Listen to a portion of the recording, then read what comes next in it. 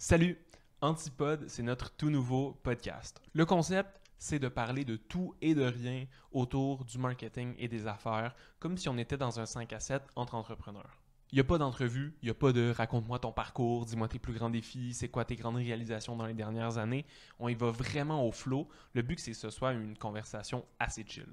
L'objectif de ça, c'est que tu puisses en ressortir des idées puis de l'inspiration sans pour autant que tu aies à te concentrer sur chaque mot de ce qu'on dit comme si tu lisais un article de blog. Pour ce premier épisode, pour inaugurer le podcast, je reçois Alexandra Martel et Stéphanie Gélina. Alex, c'est une formatrice, une spécialiste en pricing et en persuasion. Et Stéphanie, c'est une copywriter. Donc les deux se connaissent aussi. C'est une super belle discussion qu'on a eue à trois. Et on commence directement le podcast en parlant du nouvel outil gratuit de Stéphanie qui est son Copywriting Makeover. Tu vas voir, c'est à peu près le lead magnet le plus incroyable que j'ai jamais vu dans ce domaine-là. Bonne écoute! Écoute, j'ai découvert un petit outil génial qui s'appelle Edit Everything ou Anything, de quoi de même, OK, sur Chrome. OK. Fait que dans le fond, j'ai reçu des textes de 7 entrepreneurs différents, puis je suis allée éditer leurs textes directement. Fait que mettons une page à propos. Avec cet outil-là, tu peux comme tout effacer le texte puis recommencer, mettons. Fait que là, je fais un avant avec un screenshot avec tout ce qui cloche selon moi en copywriting. Pourquoi ce texte-là, comme il marche, ben pas qu'il marche pas, mais comme les trucs à améliorer, mettons, pour que ce soit plus persuasif. Puis après ça, je fais un après, mais avec le même, tu sais, comme le même site la web. Même présentation, vraiment, c'est ça, exact. Fait que ce petit outil-là, c'est comme wow. Fait que je fais vraiment avant-après, puis je la note après pour dire comme c'est quoi les choix que j'ai faits, puis pourquoi j'ai fait ces choix-là. Puis après ça, ben je donne comme 7 de mes meilleurs trucs de copywriter, puis je fais des 2 minutes vidéo pour chaque avant-après pour, c'est comme, ouais, expliquer un peu mon avant-après, mais surtout la chose à retenir de chaque avant-après. Fait que c'est ça, j'en ai 7 de clients, pas de clients, mais d'entreprises différentes, puis de différents formats de texte. Et ça a été un gros travail quand même, travail de moi. C'est full de job! Ouais. C'est un méchant! Genre, c'est full de contenu, là, pour un aimant client gratuit. En tout cas, tu sais, ça... Je sais pas si les gens comprennent, là, mais mettons, moi, je regardais ça, je me disais, oh my god, les heures, genre. Tu sais, pour la... Même comme la présentation annotée, tout aussi, tu sais, t'as mis des commentaires comme pertinents pour expliquer un peu tes choix aussi à l'écrit. C'est vraiment savoureux, là. Ouais, ben je te dirais que oui, mais c'est un exercice, on dirait, pour moi, d'être une meilleure coach puis une meilleure formatrice aussi, de m'être forcée à faire cet exercice-là. Et ce que j'ai trouvé le plus tough, c'est que normalement, moi, quand je fais des vrais makeovers, je passe 4 heures avec mes clients, comme aller chercher vraiment, tu sais, comme ce qui les distingue, vous le savez, là, les pépites, tout comme le pourquoi du comment de leur histoire. Mais là, j'ai pas parlé à aucun d'eux, tu sais. Fait qu'il y a comme des trucs que j'ai supposés ou des trucs que j'ai, à la limite, inventés, tu sais, mais j'ai pas pu, tu sais, j'aurais aimé ça que mes avant-après sont encore plus époustouflants, mettons, tu sais. Sauf qu'en leur parlant pas, tu sais, c'est ça en copywriting, là, en ayant vraiment, c'est l'information qui fait en sorte qu'on est bon, là, dans le fond. Fait que ça, c'est comme ma mini déception, mais tu sais, je pense que c'est du bon travail pareil, là. Je suis quand même fière et tout, mais c'est juste ce truc-là, tu sais, que c'est pas mon vrai processus de travail, mettons.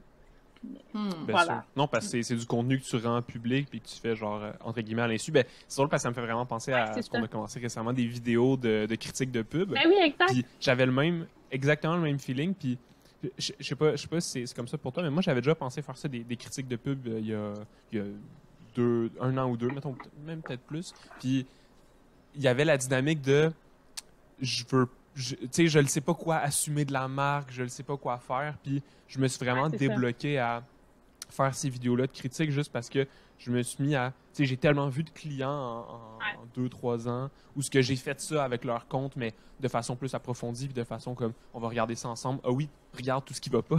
Tu sais, tu prends comme le réflexe d'être capable de pointer qu'est-ce qui marche, qu'est-ce qui marche pas. Puis là, je me suis dit, OK, on l'essaye en vidéo, puis ça, pour nous autres, ça marche super bien. Fait que je suis certain que ton makeover va être solide aussi pour ces marques-là. Puis non, en même temps, ben, c'est comme une stratégie pour gentiment, sans genre vendre rien, approcher puis entrer en relation avec certaines marques qu'on aime vraiment déjà leur brand, puis qu'on se dit, hey, check, on va critiquer leur pub, puis on va essayer de les rendre encore meilleurs, puis why not? Après ça, peut-être qu'ils vont vouloir travailler avec nous ou pas. En tout cas, ça va faire un bon peut-être qu'ils vont vous puis détester parce qu'ils vont dire, oh mon Dieu, Charles était tellement bête dans sa vidéo.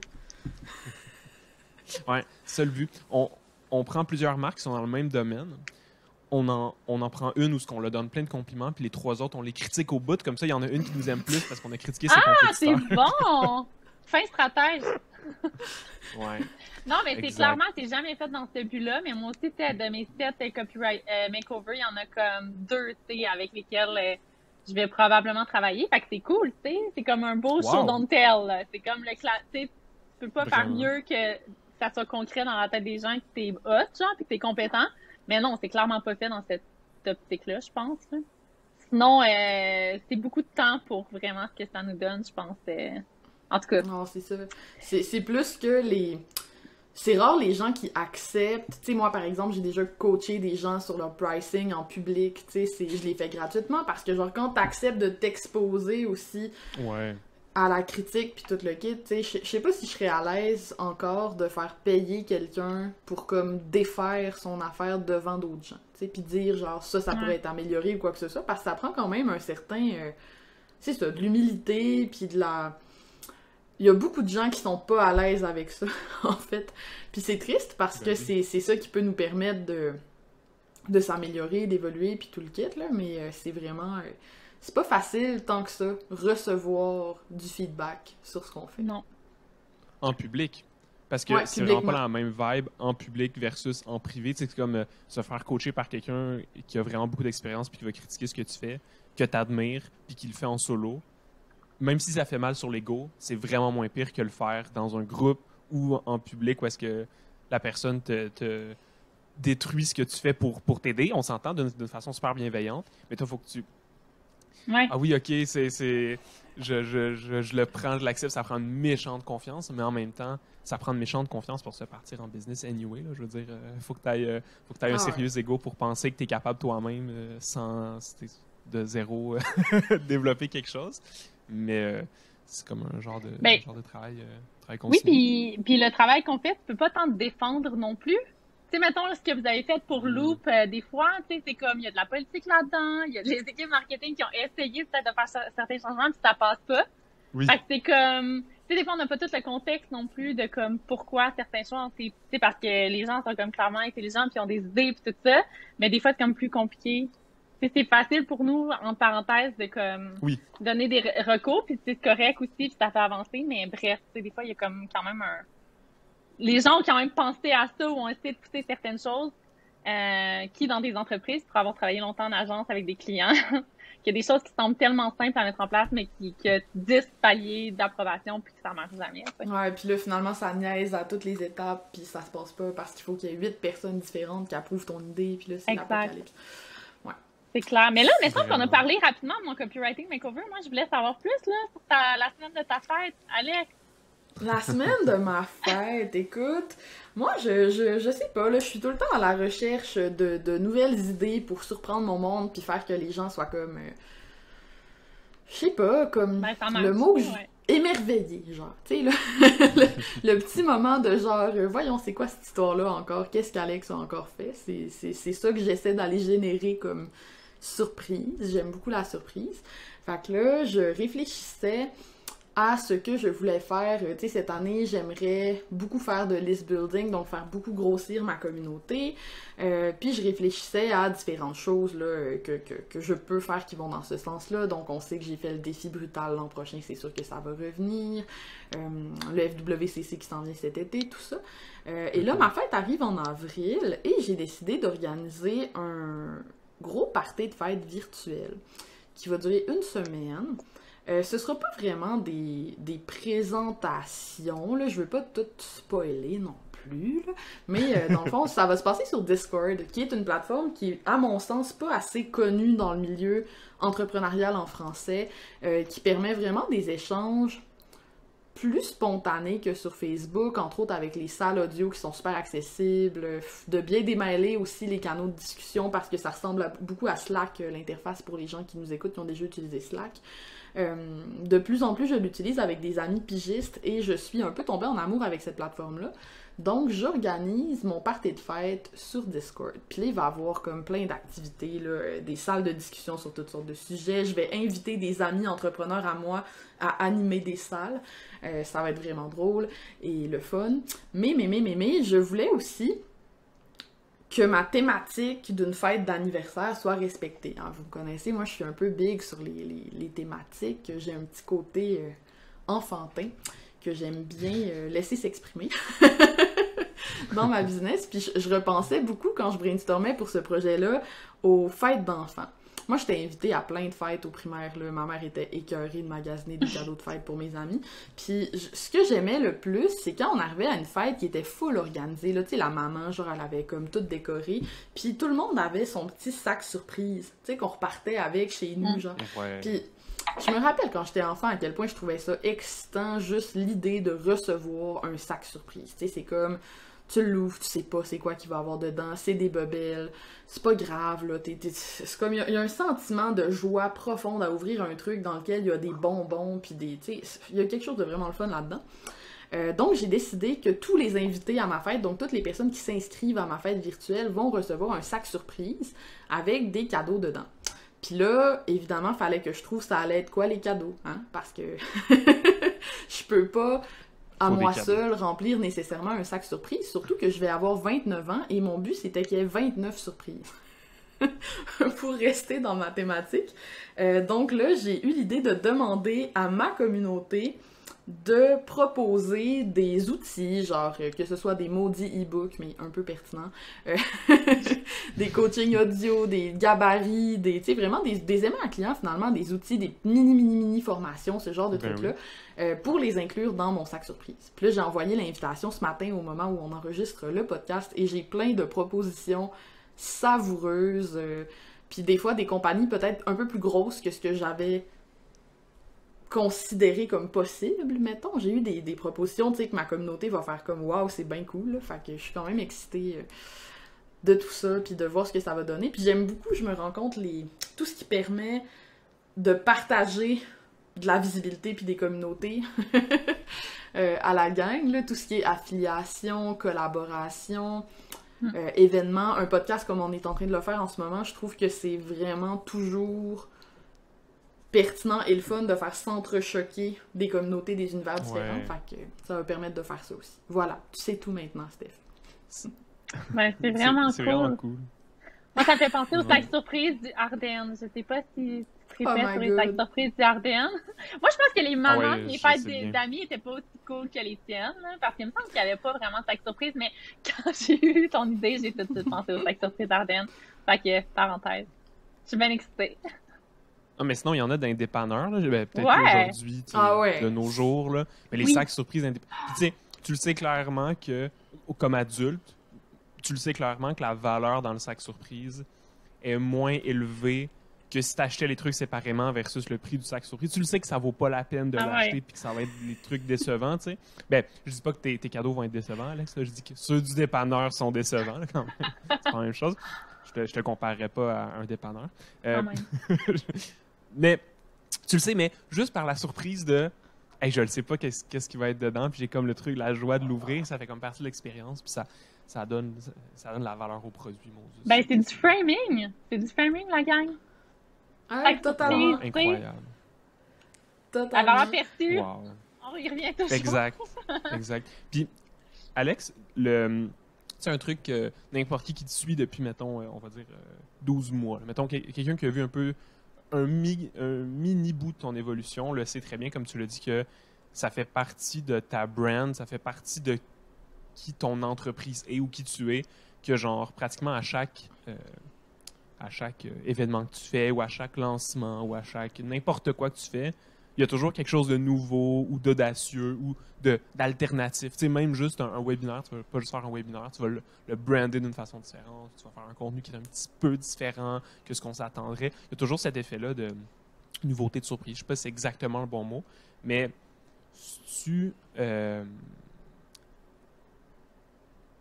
ça te crée-tu une genre de pression?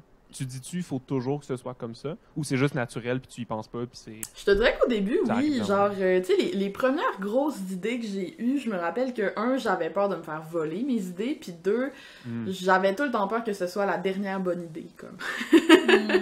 C'était vraiment un sentiment que j'avais.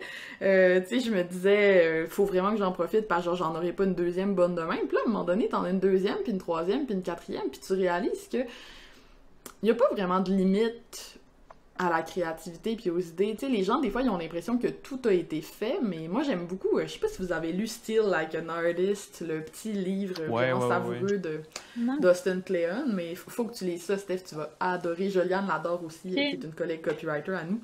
Mais, tu sais, je crois beaucoup à cette idée-là qu'en fait, toute création, c'est juste de prendre des affaires que t'aimes puis de les pitcher ensemble, puis la collision, l'espèce de fusion que ça fait, c'est ça la créativité. Tu sais, personne invente rien, puis j'invente rien.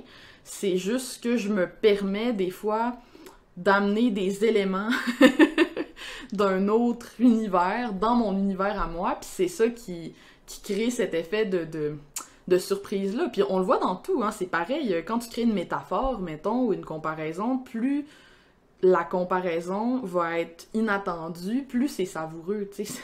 Plus ça te fait un effet de « Wow, ok, c'est vraiment bon cette comparaison-là, cette métaphore-là, peu importe », tu sais. Versus les gens qui utilisent tout le temps les mêmes clichés, ben ça devient plate parce que t'as pas cet effet d'appréhension et de surprise-là. Fait que c'est juste ça, à plus grande échelle, que j'essaie de reproduire dans ma business, puis je me dis, c'est sûr qu'à un moment donné, j'aurai peut-être pas éternellement des idées comme ça, mais ça sera pas grave, tu sais, tant que j'ai du plaisir, puis que je me laisse l'espace aussi. Je pense que ça va beaucoup dans le brainstorming, puis de pas nécessairement... Comment je te dirais ça? Genre, j'attends pas d'avoir l'idée avant de faire quelque chose, tu sais. Comme, je commence à penser à c'est quoi que j'ai envie de faire, puis là, je laisse ça incuber dans ma tête. Tu sais, comme en ce moment, ça fait à peu près 1 an et demi, 2 ans, là, que je veux vraiment me faire un revenu récurrent avec un membership, puis j'ai pas encore eu la bonne idée, genre. La bonne idée est pas encore arrivée, tu sais, elle est pas là. Fait que le projet existe, mais j'attends le moment.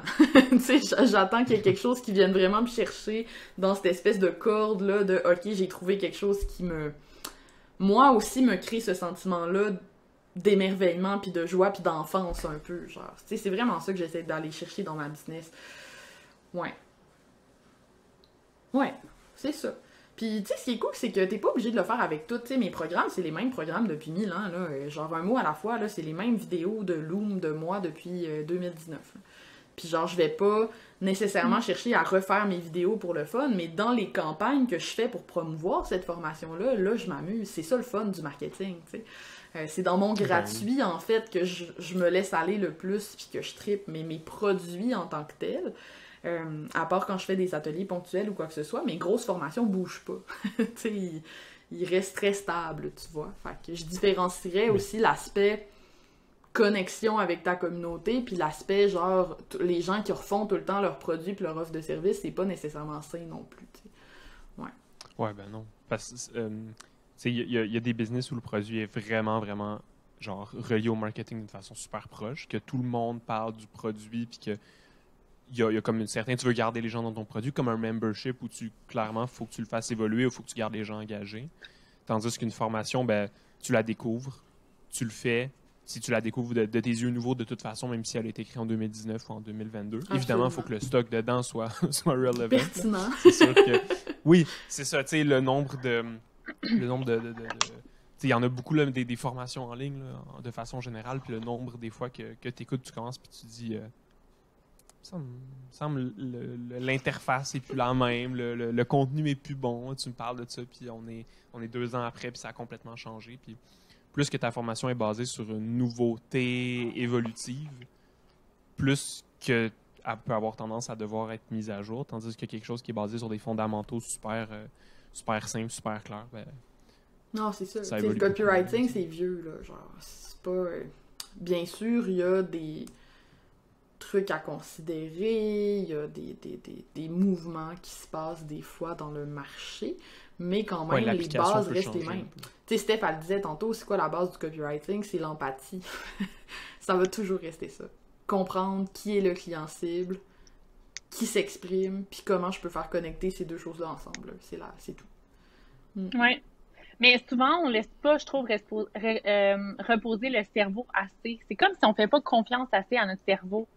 Tu sais, moi, tu sais, ça fait longtemps que je pense à faire mon makeover. Ça doit faire 2 ans qu'on en parle, Alex, que je veux faire une infolette, tout ça. Mais c'est tout le temps dans le bac de ma tête, tu sais.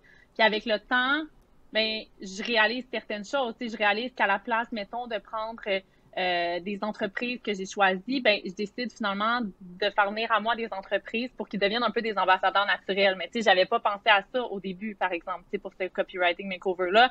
Je réalise qu'il y a plein de copywriters, mais on dirait qu'il manque, je trouve, des explications vidéo, il manque des explications qu'on peut appliquer vraiment facilement en tant qu'entrepreneur. Tu sais, il y a comme certaines choses, mais ça fait 2 ans que, tu sais, je mijote ça, puis que j'ajoute chaque fois comme une corde à mon arc, puis je prends des notes. Ça, tu sais, on a déjà parlé, hein, je rêve de faire une retraite d'écriture en Italie. Je rêve de faire des retraites d'écriture de femmes, mais comme, tu sais, on a tendance à vouloir la gratification immédiate de comme, OK, c'est mon idée, je le fais là. Mais moi, je trouve ça tellement beau, puis je suis vraiment juste à l'aise avec ça, de faire mijoter des idées pendant comme 1 an ou 2 dans ma tête. T'sais, ça veut pas dire que je suis pas dans l'action, je fais plein d'autres affaires, mais il y a des trucs que je sais qu'un jour je vais faire, mais que je le feel pas là, puis que je sais que je vais être rendue là éventuellement. C'est comme, j'ai des flashs dans ma douche, j'ai des flashs parce que je vois certaines choses dans le marché, j'ai des flashs parce que des fois mes clientes me disent des affaires, puis je suis comme, oh my god, tu sais, ça vient de genre, wow, puis tu sais, je viens d'avoir une nouvelle idée. Fait que je trouve ça vraiment sain, en fait. Puis, à un moment donné, on dirait que ça devient comme c'est évident. Genre, pourquoi j'ai pas vu ça avant? Pourquoi j'ai pas pensé à ça avant? Ça semble simple, ça semble niaiseux, mais tout d'un coup, quand le temps est le bon, c'est comme là, tout se met à être clair. T'sais, oui, parce que t'évolues, puis avec les expériences, puis ce qu'on voit, puis tout ça, puis c'est ça. Fait que je trouve... Bref, le cerveau est fascinant, puis c'est juste comme ce que t'arrives à faire quand tu laisses reposer un texte, c'est fou, là. T'sais, fait que c'est comme si, c'est ça, il y a des mystères qu'on connaît pas du cerveau puis qui travaillent pour nous, tu sais, sans même qu'on le réalise. Voilà. Ouais. C'est ça mon détente. Je souris parce que je pense à genre mon idée du jour, puis là je me demande, je la spoil-tu ou j'attends de l'avoir faite, genre. Ça dépend si tu l'as fait dans 2 ans ou pas. Si tu l'as fait dans 1 mois, t'es mieux de pas la spoiler, mais si tu l'as fait dans 2 ans, dis-nous-la. Tout le monde je la fais vraiment bientôt, fait que je pense que je peux le dire. C'est une mini-idée. Tu sais, des fois, t'as des grosses idées, des fois, t'as une mini-idée. Là, j'ai eu une mini-idée. Tu sais, moi, j'aime ça faire les trucs à l'envers, puis ça fait longtemps que je travaille sur la nouvelle version de ma page de vente pour 1 mois à la fois, puis je la sors pas, parce que jamais à mon goût, puis je me dis, ah, celle qui est là fait la job.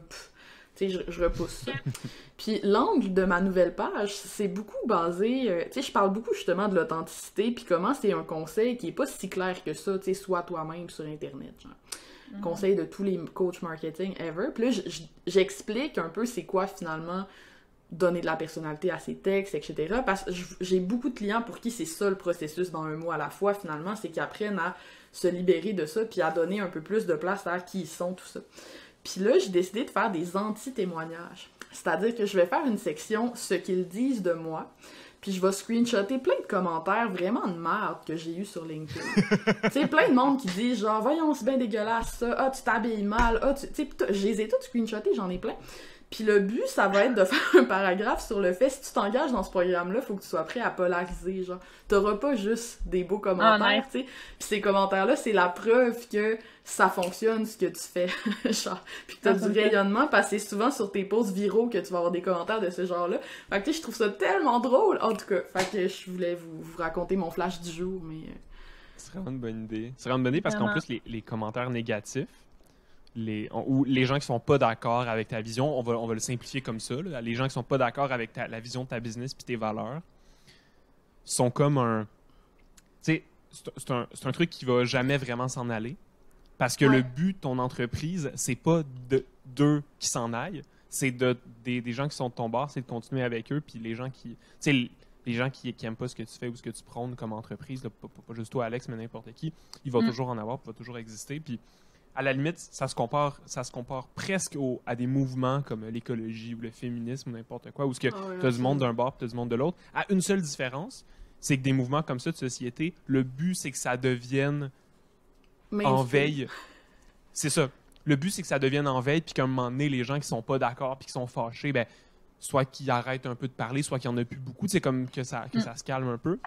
Tandis que, pour une business, tu as le côté capitalisme d'entreprise. Et donc, cette petite portion-là de gens qui t'aiment pas, c'est un outil de développement parce que ces je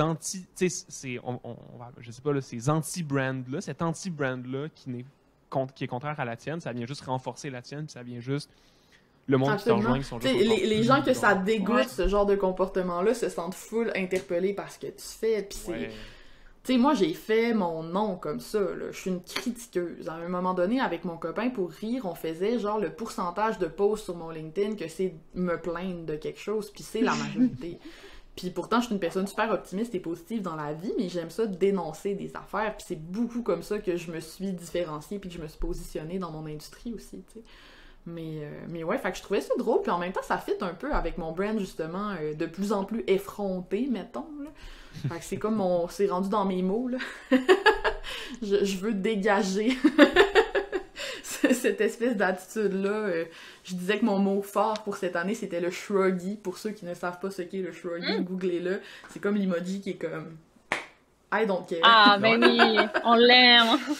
Ah ouais, c'est savoureux, hein. Fait que, ouais, je trouve que ça s'inscrit en même temps dans cet esprit-là. Puis tu vois, tu sais, on parlait des idées, puis comment est-ce que t'as peur de plus avoir d'idées, puis tout ça.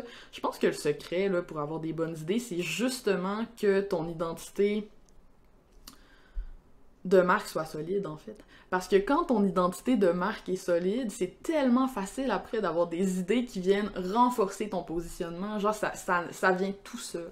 Tu sais, quand tu sais c'est quoi tes valeurs, quand tu sais à quoi tu t'opposes, quand tu sais c'est qui genre ta gang, là, vraiment les gens avec qui ça colle puis que t'as envie d'avoir proche de toi, quand tu sais c'est quoi qui te cause du dégoût et qui leur cause du dégoût, quand tu sais c'est quoi qui va les faire rire, quand tu sais c'est quoi qui va... Tu sais, c'est ça qui fait naître les idées, finalement. Parce que si t'as pas fait ce travail-là, de te positionner, de comprendre c'est quoi l'esprit, l'âme un peu de ta marque, genre tu vas peut-être avoir des bonnes idées, mais genre ils seront pas incarnés comme ça. Tu sais, il y aura pas une thématique, mettons, il n'y aura pas une ligne directrice dans tout ça. Ouais. Puis c'est un puits sans fin parce que ta clientèle type évolue tout le temps pareil, fait que tu as tout le temps quelque chose à apprendre, tu sais, ou toi, tu évolues en tant que personne, de continuer à vivre des affaires. Tu sais, on dit que la créativité, c'est des liens. Fait que si tu continues à vivre des affaires, peu importe ce que c'est, qui te fait triper dans la vie, je sais pas moi, c'est des restos, c'est de voyager, c'est d'apprendre, c'est de lire, je sais pas combien de livres par année. C'est comme c'est impossible que tu arrives à une fin. C'est juste pas possible, ça se peut pas parce que tu continues à faire des liens, tu sais. Puis revenir avec comme Asmé qui on est tout ça, tu sais, moi j'ai un positionnement qui est assez féministe, tu sais, puis je me délecte des commentaires de mansplaining que je reçois parce que je suis comme parfait, genre je m'éloigne de ce que je veux pas. Puis au début, ça m'affectait énormément parce qu'il y en a toujours un. Il y en a toujours un, là, je compte les secondes jusqu'à ce que je reçoive un commentaire. Mais c'est correct, tu sais. Puis maintenant, il y en a qui viennent à ma défense, ou pas juste à la défense, mais tu sais, comme on a des discussions, puis pas juste moi toute seule. Mais maintenant, je me délecte de ça, tu sais. Puis j'ai de plus en plus que je le fais, plus que je l'assume, plus que j'ai des clientes qui me font triper, tu sais. Je fais du coaching, c'est comme, qu'est-ce que tu veux plus comme client en ce moment, tu sais. Puis j'étais même plus capable de trouver quoi dire parce que je trouve que c'est aligné complètement. Fait que, mais c'est ça, il y a tout le temps un travail à faire à être toujours plus bold. Tu sais, je pense que je suis pas encore là où est-ce que je veux l'être. Mais c'est ça, maintenant, je me délecte de ça. Tu sais, c'est comme, il y a possibilité de se délecter des haters, là, en fait, quasiment. Tout est une question de perspective, tu sais. Ouais. Fait que, bon, se délecter, c'est un gros mot, mais moi, parfois, oui, ça me fait du bien, ça me défoule, je sais pas, tu sais. Fait que... Ah ouais, vraiment, on va se faire un pool, là. Ton prochain post féministe, tu m'écris, on fait un pool combien de secondes avant le commentaire de mansplaining, genre. Qui va nous mansplainer le féminisme aujourd'hui? Charles, t'es notre seul candidat, es-tu prêt? Non. Ah, terrible. Charles, il mansplaine pas, fait que c'est chill. Vous comprenez pas... C'est parce que là, vous parlez de... Oui, mais... Je sais pas où aller, genre. Je sais pas où aller pour essayer de vous mansplainer quelque chose que je maîtrise vraiment moins que vous. J'ai pas ce qu'il faut pour commenter des... T'es pas assez bon. Il va falloir que tu t'entraînes. Il y a beaucoup d'hommes sur LinkedIn qui peuvent te donner des cours, Charles, si tu le désires. Gratuitement. Ah, je peux voir par l'exemple, je comprends. C'est vraiment gentil. Tu peux apprendre par osmose. Oh là là. Ouais, ben là... Je sais pas si c'est tant la bonne direction pour ma brand, quoique il y a probablement une clientèle pour ça, du copywriting pour anti-féministes, puis je sais pas là, personne qui commente sur LinkedIn de façon fâchée, là, je pense que... Personne qui commente sur LinkedIn. Moi, avec ce que je vois, oui. Oh my god. Il y a en masse de monde. Ouais. Mais c'est fou quand même que... C'est fou que... Pas que quelqu'un puisse venir dire qu'il est pas d'accord, parce que genre... Ouais. C'est tout à fait correct. Fin, puis, je remettrai même pas en question le monde qui se fâche en dessous de posts de TVA Nouvelles sur Facebook, puis ce genre de choses-là, genre, parce que, ok, fine, t'es chez vous dans ton salon, puis t'es fâché parce que tu fais pas confiance aux nouvelles, tu fais pas confiance, whatever, vis ta vie, dis que t'es fâché. Mais dans un réseau professionnel comme LinkedIn, t'es là activement pour faire peut-être du développement d'affaires, ou voir les nouvelles de ton industrie, ou on va dire que, même si y en a qui vont poster des photos de chats, puis c'est bien correct, on va dire que la majorité des gens, puis surtout à mon avis, les messieurs qui mansplainent le féminisme, c'est comme surtout cette partie-là qui probablement n'est pas active en termes de publication, ben, sont là pour développer leur réseau, être au courant des trucs, puis tu viens tout scraper ça en commentant un truc genre qui n'a aucun rapport en dessous d'un post de Alex de haha pour référence, là, dans le fond, Alex a fait un post parce que tu dis que des fois tu vas magasiner en coton ouaté dans des magasins chers qui te pointent les trucs pas chers. Puis là, le commentaire en dessous, c'est genre haha, je veux pas savoir comment t'es habillé ou tu sais pas t'habiller. Dans le fond, c'est un post sur le fait que tu t'habilles mal, haha, genre. Ouais. Très, très, très, très drôle, on s'entend. Moi, je me bidonnais derrière ce commentaire-là. J'y ai donné le trophée du jambon du jour, genre. C'est quoi l'objectif professionnel de ce commentaire-là? C'est à quel point faut que tu sois pas sur le bon réseau puis pas à ta place pour te dire, genre, je vais faire ça, puis mon réseau va le voir, puis il va trouver ça drôle, il va penser que je suis une bonne personne d'affaires, il va vouloir travailler avec moi, ou je vais me trouver une job de cette façon-là. Genre, ça fait vraiment aucun sens. Aucun. Ouais, parce que ça, c'est même pas un commentaire informé, genre. Ouais, vas-y, Steph, je m'excuse, je voulais pas te couper. Non, mais j'allais dire, tu sais, on pourrait parler de la so-called d'authenticité sur les réseaux sociaux, mais lui, il a peut-être compris que c'est ça, l'authenticité, comprends-tu? C'est comme, il dit tout ce qu'il pense, puis go for it, tu sais. Ouais! Oui. Moi, c'est ma grosse réflexion du moment, hein. Genre, c'est quoi exactement l'authenticité? C'est quoi... Parce qu'en fait, je me rends compte que j'ai vraiment pas le goût d'être moi sur les réseaux sociaux. Tu sais, mon copain fait tout le temps des blagues que j'ai une voix de webinaire, pis c'est vrai. Genre, quand je donne un webinaire ou un atelier, je prends ma voix de prof qui donne un webinaire ou un atelier, je prends une posture, tu sais, tout d'un coup, là, ma posture, tu sais, devient plus droite, je projette quelque chose quand même, tu sais, c'est quand même performatif ce qu'on fait. Puis je veux que ce soit performatif parce que j'ai pas envie de monétiser ma vraie personnalité. Tu sais, ma vraie personnalité, elle est à moi. Je la montre même pas à 100% à mes amis, là. Tu sais, je veux dire, je vais pas... On n'est jamais complètement... On a de la misère à être soi-même avec nous-mêmes, genre. Fait que je trouve ça un peu absurde de... Plus j'y pense, plus je trouve ça absurde de demander aux gens d'être authentiques. Puis tu sais, ça dépend de ta définition, bien sûr, de l'authenticité puis tout. Mais aussi, plus je me rends compte qu'il y a des dangers à créer un modèle d'affaires comme le mien, en fait.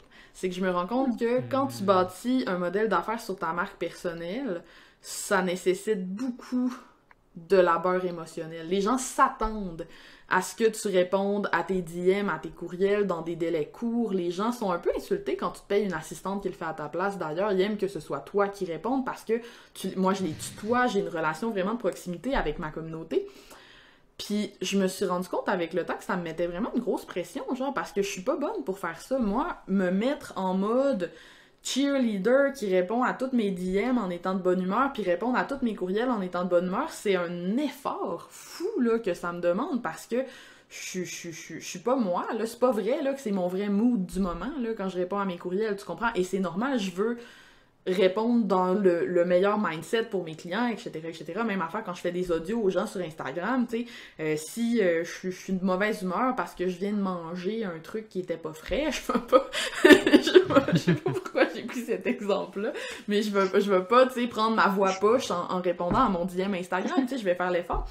Puis je me rends compte, en fait, de plus en plus, j'essaye de comme mettre mes limites puis de redéfinir c'est quoi les attentes des gens par rapport à ça. C'est-à-dire que là, je dis à tout le monde, je réponds pas à mes courriels, relance-moi si je t'ai pas répondu. Je suis slow, j'ai mis une bannière sur mon Facebook, écris-moi pas en DM ici, je réponds pas, genre je suis tannée d'être sur Facebook. Tu sais, j'ai commencé à vraiment plus mettre une distance puis une limite, puis les gens sont pas tant fâchés, en fait. Tu sais, les gens sont comme « Wow, c'est cool, ça m'inspire, j'ai envie de faire pareil. Tu sais quoi, je trouve ça cool que tu respectes ton temps, tout ça. » Puis je suis en train de me demander à quel point on n'a pas créé des espèces de standards d'authenticité, entre guillemets, puis de connexion qui sont pas réalistes vu le volume qu'on peut avoir aussi de contacts puis tout ça sur Internet. Là, t'es-tu vraiment obligé de donner un appel découverte à toutes les maudites personnes qui t'en demandent une sur ton site puis que genre c'est juste pour wirer puis te demander des conseils gratuits? T'es-tu vraiment obligé de répondre à tout le monde qui t'écrit une demande de connexion personnalisée sur LinkedIn? T'es-tu vraiment... Genre, je remets ça en question. Ouais, puis il y a Emma Nubel là, sur LinkedIn qui remet même ça en question pour le féminisme. Voyons, je perds mon idée. Qu'est-ce que ça veut dire? C'est pas grave, il y a personne qui écoute, c'est vraiment juste le féminisme, le labeur émotionnel. Ça intéresse personne. Continuez là, je vais reprendre mon idée. Non, mais on coupera le bout. Oui, c'est ça, d'être tout le temps comme dans l'empathie, d'être dans la douceur, d'être dans l'empathie, tout ça, d'enseigner l'authenticité, de se mettre cette pression-là, d'être toujours dirigé vers l'autre, d'être toujours sensible et tout ça. Tu sais, c'est comme, à un moment donné, genre, l'authenticité, ça peut peut-être être de dire ce que tu as envie de dire aussi, puis d'assumer ce que tu as envie de dire. Tu sais, t'as peut-être pas envie de tout dire non plus dans la vie, comme tu dis, Alex. Puis on se fait beaucoup dire, faut être authentique, mais faut pas l'être trop non plus. Tu sais, si t'es vraiment dans un problème en ce moment, là, que ça va pas bien, attends que ça soit réglé, puis quand tu auras une bonne morale à raconter aux autres, puis un bon message, là, ça va être le temps. Mais c'est pas de l'empathie, ça, de l'authenticité. De l'authenticité, puis, non, c'est ça. Il y a quelqu'un qui l'a fait récemment sur LinkedIn en disant que ça fait plus que 3 mois qu'il n'y a pas eu de contrat.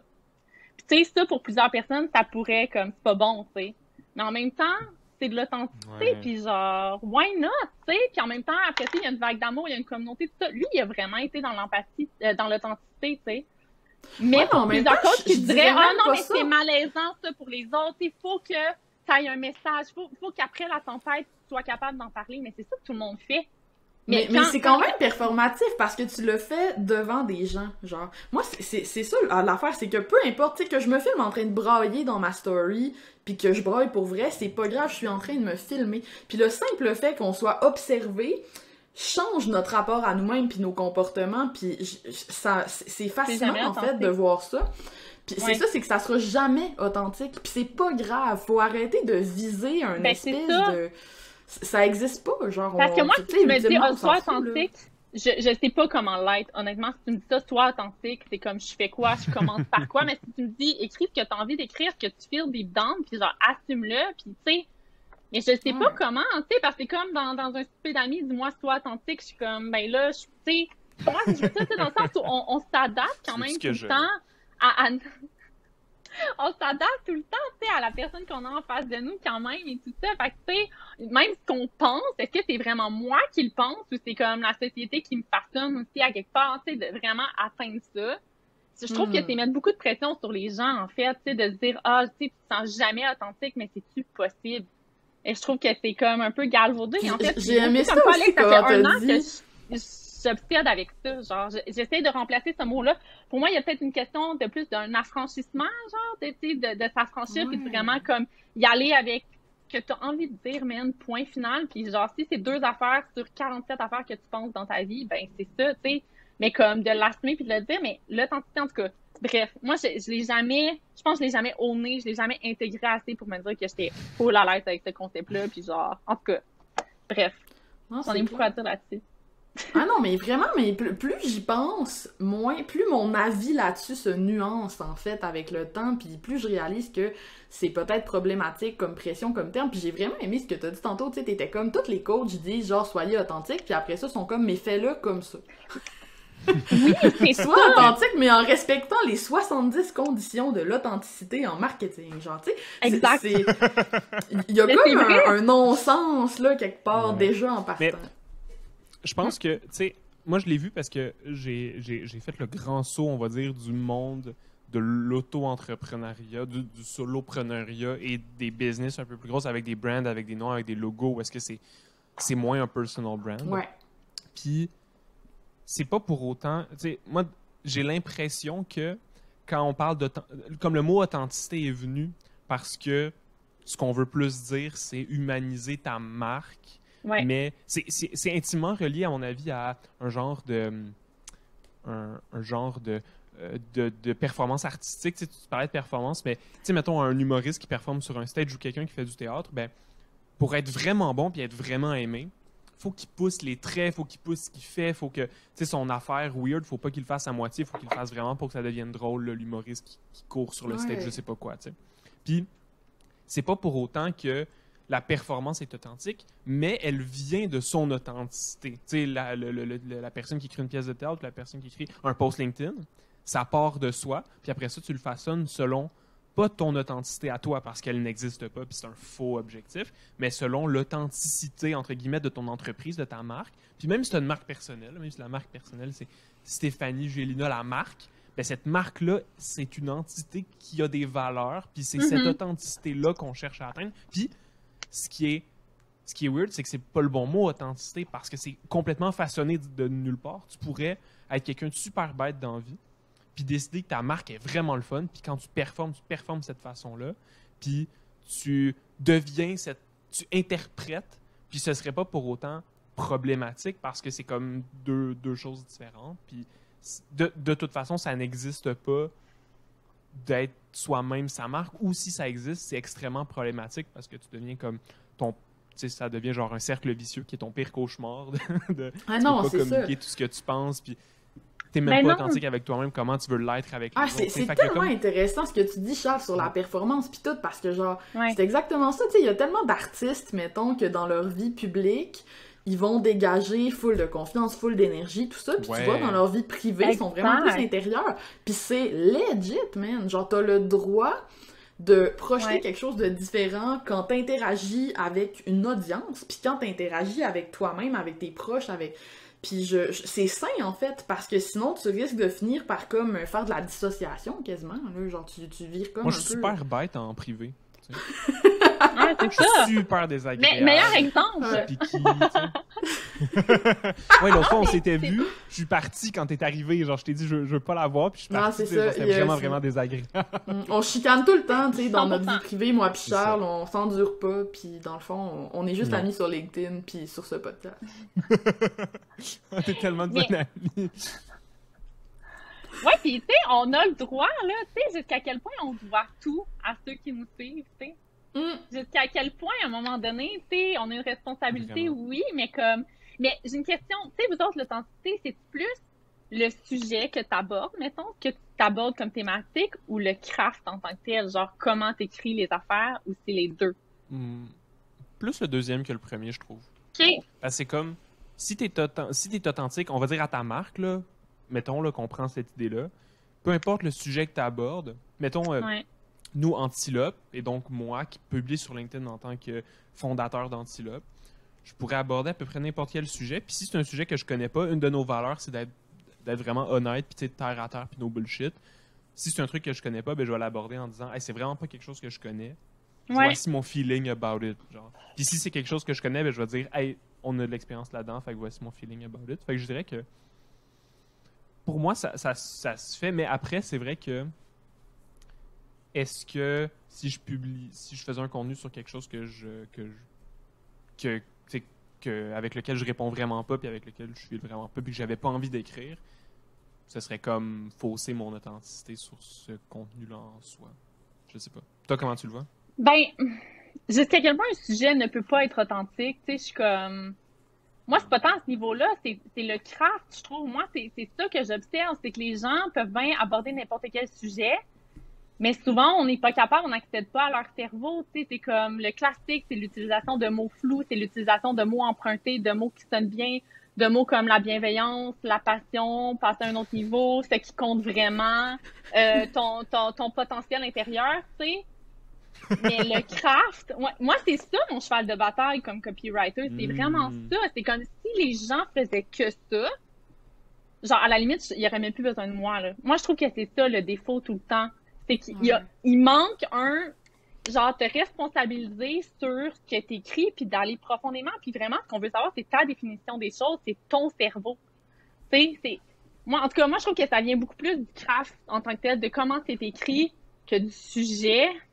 Parce que pourquoi on aborderait un sujet qui nous tente pas, tu sais, je sais pas. Moi, je le vois vraiment, puis je trouve que c'est souvent par rapport au sujet qu'on parle de l'authenticité, de ce qu'on va dire, mais comment qu'on va le dire, je trouve tellement que c'est tout là, la nuance, la richesse, puis le défi, en fait. Hein. Tellement, là. Damn! Genre, vraiment, là, fois 1000, parce que, en tout cas,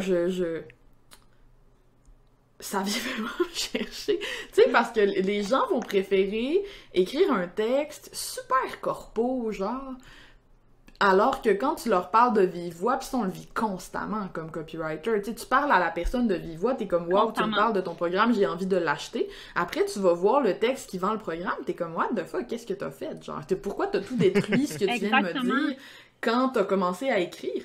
Pis c'est un peu ça, pour moi, être vrai quand t'écris, tu sais, parce que c'est ça, finalement, la définition d'être authentique, c'est être vrai. Puis je pense pas qu'on peut être 100% vrai dans notre business, dans notre marque personnelle, puis tout le kit. Non. Mais à l'écrit, il y a moyen d'être plus vrai, tu sais. Il y a moyen d'arrêter de vouloir tout le temps maquiller notre façon de s'exprimer derrière ce qu'on pense qui va être correct, ce qui est acceptable, ce qui est... Puis c'est beaucoup... J'aimais ça quand tu disais s'affranchir tantôt, parce que c'est ça, c'est beaucoup s'affranchir de ces codes-là qui souvent nous ont été vraiment répétés, là, bon, à l'école, etc., etc. Quand je lis des trucs plus académiques, mettons, ça vient tout le temps me chercher parce que, tu sais, je le copyright dans ma tête. Tu sais, moi, je lis beaucoup d'études scientifiques, puis tout ça, puis je suis tout le temps en train de le copyrighter dans ma tête. Genre, je me dis, cette étude scientifique-là est tellement intéressante et passionnante. Pourquoi, genre, ton intro, genre, ton abstract est pas fascinante et passionnante? Genre, tu sais, ça ferait juste rendre... Ou juste clair et simple. Genre, ça ferait juste... enrichir ce que tu fais, ça ferait juste montrer, en fait, ton intelligence, parce que les personnes les plus brillantes, c'est des bons vulgarisateurs, tu sais, ça... Ouais, vraiment, là, ça vient vraiment me chercher. Moi, l'authenticité, c'est de se mouiller, c'est ça, c'est d'aller au fond de ta pensée, mais peu importe le sujet que tu abordes, à la limite, je m'en fous un peu, tu sais, si tu veux me donner l'accès à 5% de ton authenticité et qui est de ta vie, de ce que t'es, des sujets que tu pourrais aborder, genre, ce que tu fais... genre, le skin in the game, tu sais, de sentir vraiment c'est quoi ton cerveau, puis comme, tu sais, partage-moi une citation si t'attends, mais dis-moi qu'est-ce que ça veut dire pour toi, ta citation, genre, partage-moi pas juste une citation, tu sais, c'est comme, c'est ça que je trouve qui manque, j'ai de la misère à aller profond, de voir toi, qu'est-ce que t'en penses, puis c'est là, je trouve que, tu sais, à place de, comme, tout le temps se poser la question, je suis assez authentique, assez authentique, tu sais, mes mots sont-ils sentis ou sont-ils empruntés, je trouve ça plus facile de commencer par ça, que de te dire, je suis authentique, parce que c'est comme une montagne de se dire ça, là. Je suis authentique, c'est comme, je sais pas, oui, non, je sais pas. Mais bref, c'est fascinant. Pensez-vous qu'on peut avoir un brand qui est bien défini sans polariser puis sans audace, genre? Ça se peut-tu? Ça existe-tu un brand, genre, qui est un exemple puis qui est pas audacieux? Ça veut dire quoi être audacieux? Charles, vas-y. Non. Ça veut dire quoi être audacieux, Alex? C'est quoi votre définition de l'audace? Je suis comme... C'est tellement... C'est tellement... Tu sais, comme... Ouais, c'est dur à définir, l'audace. Tu sais, c'est oser dépasser certaines limites, des fois. C'est oser faire différent. C'est avancer quelque part au mépris du danger. C'est dans quel film qu'ils disent ça, genre? Mais je suis pas certain que c'est la bonne... Je suis pas certain que c'est le bon processus de pensée pour arriver à ta conclusion, parce qu'au final, je pense à plein de business que leur identité n'est pas basée sur... Ils n'ont pas d'antithèse ou ils n'ont pas de méchants dans leur histoire réellement. Mais au fur et à mesure qu'ils incarnent leur identité, vient se rattacher naturellement des gens qui vont dire « Ben non, ça n'a pas de bon sens » ou « Ben non, j'ai pas besoin de ça, puis moi j'ai d'autres choses, puis ça va bien mieux », puis sans nécessairement que la marque soit hyper polarisante ou hyper d'un bord. Tu sais, je pense à notre cliente que tu connais bien, Valérie Minimo Motivation.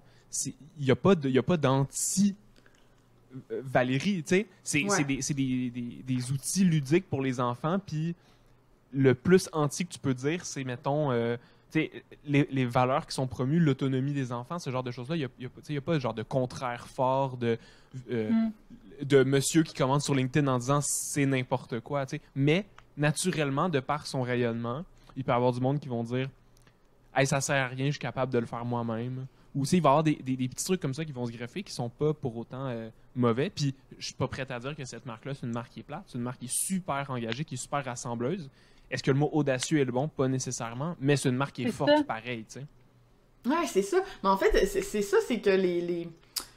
En tout cas, j'ai l'impression que des fois,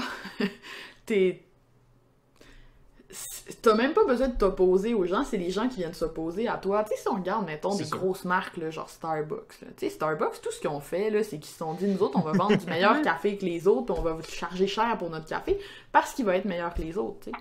Puis c'est comme ça que ça a commencé, là, that's it. Il y a rien de comme... Tu sais, il y a rien d'agressif là-dedans, il y a rien, tu comprends? Puis éventuellement... On en est arrivé au stade où Starbucks est méprisé par certaines personnes. C'est devenu identitaire malgré soi, genre. Puis je me demande... Puis là, maintenant, je pense que c'est assumé de leur côté aussi, puis tout le kit, là. Mais c'est ça, c'est que je me demande, en fait, si c'est un processus qui part de l'entrepreneur, ou si des fois, ça se fait naturellement à force de rayonner, justement.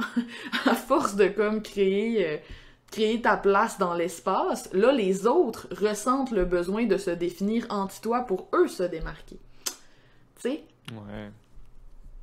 Clairement, c'est plus surréaliste. C'est une très grosse question. C'est une très grosse question, mais tu sais, c'est quoi être audacieux? C'est-tu de ne pas faire comme les autres? Ou ça va plus loin que ça? C'est-tu juste de se mouiller? Ouais, parce que juste se mouiller, pour moi, il y a une certaine partie d'audace parce qu'il y en a peu qui se mouillent vraiment avec leur contenu. Ça part bien, ça prennent des risques. Qui dénote de l'audace.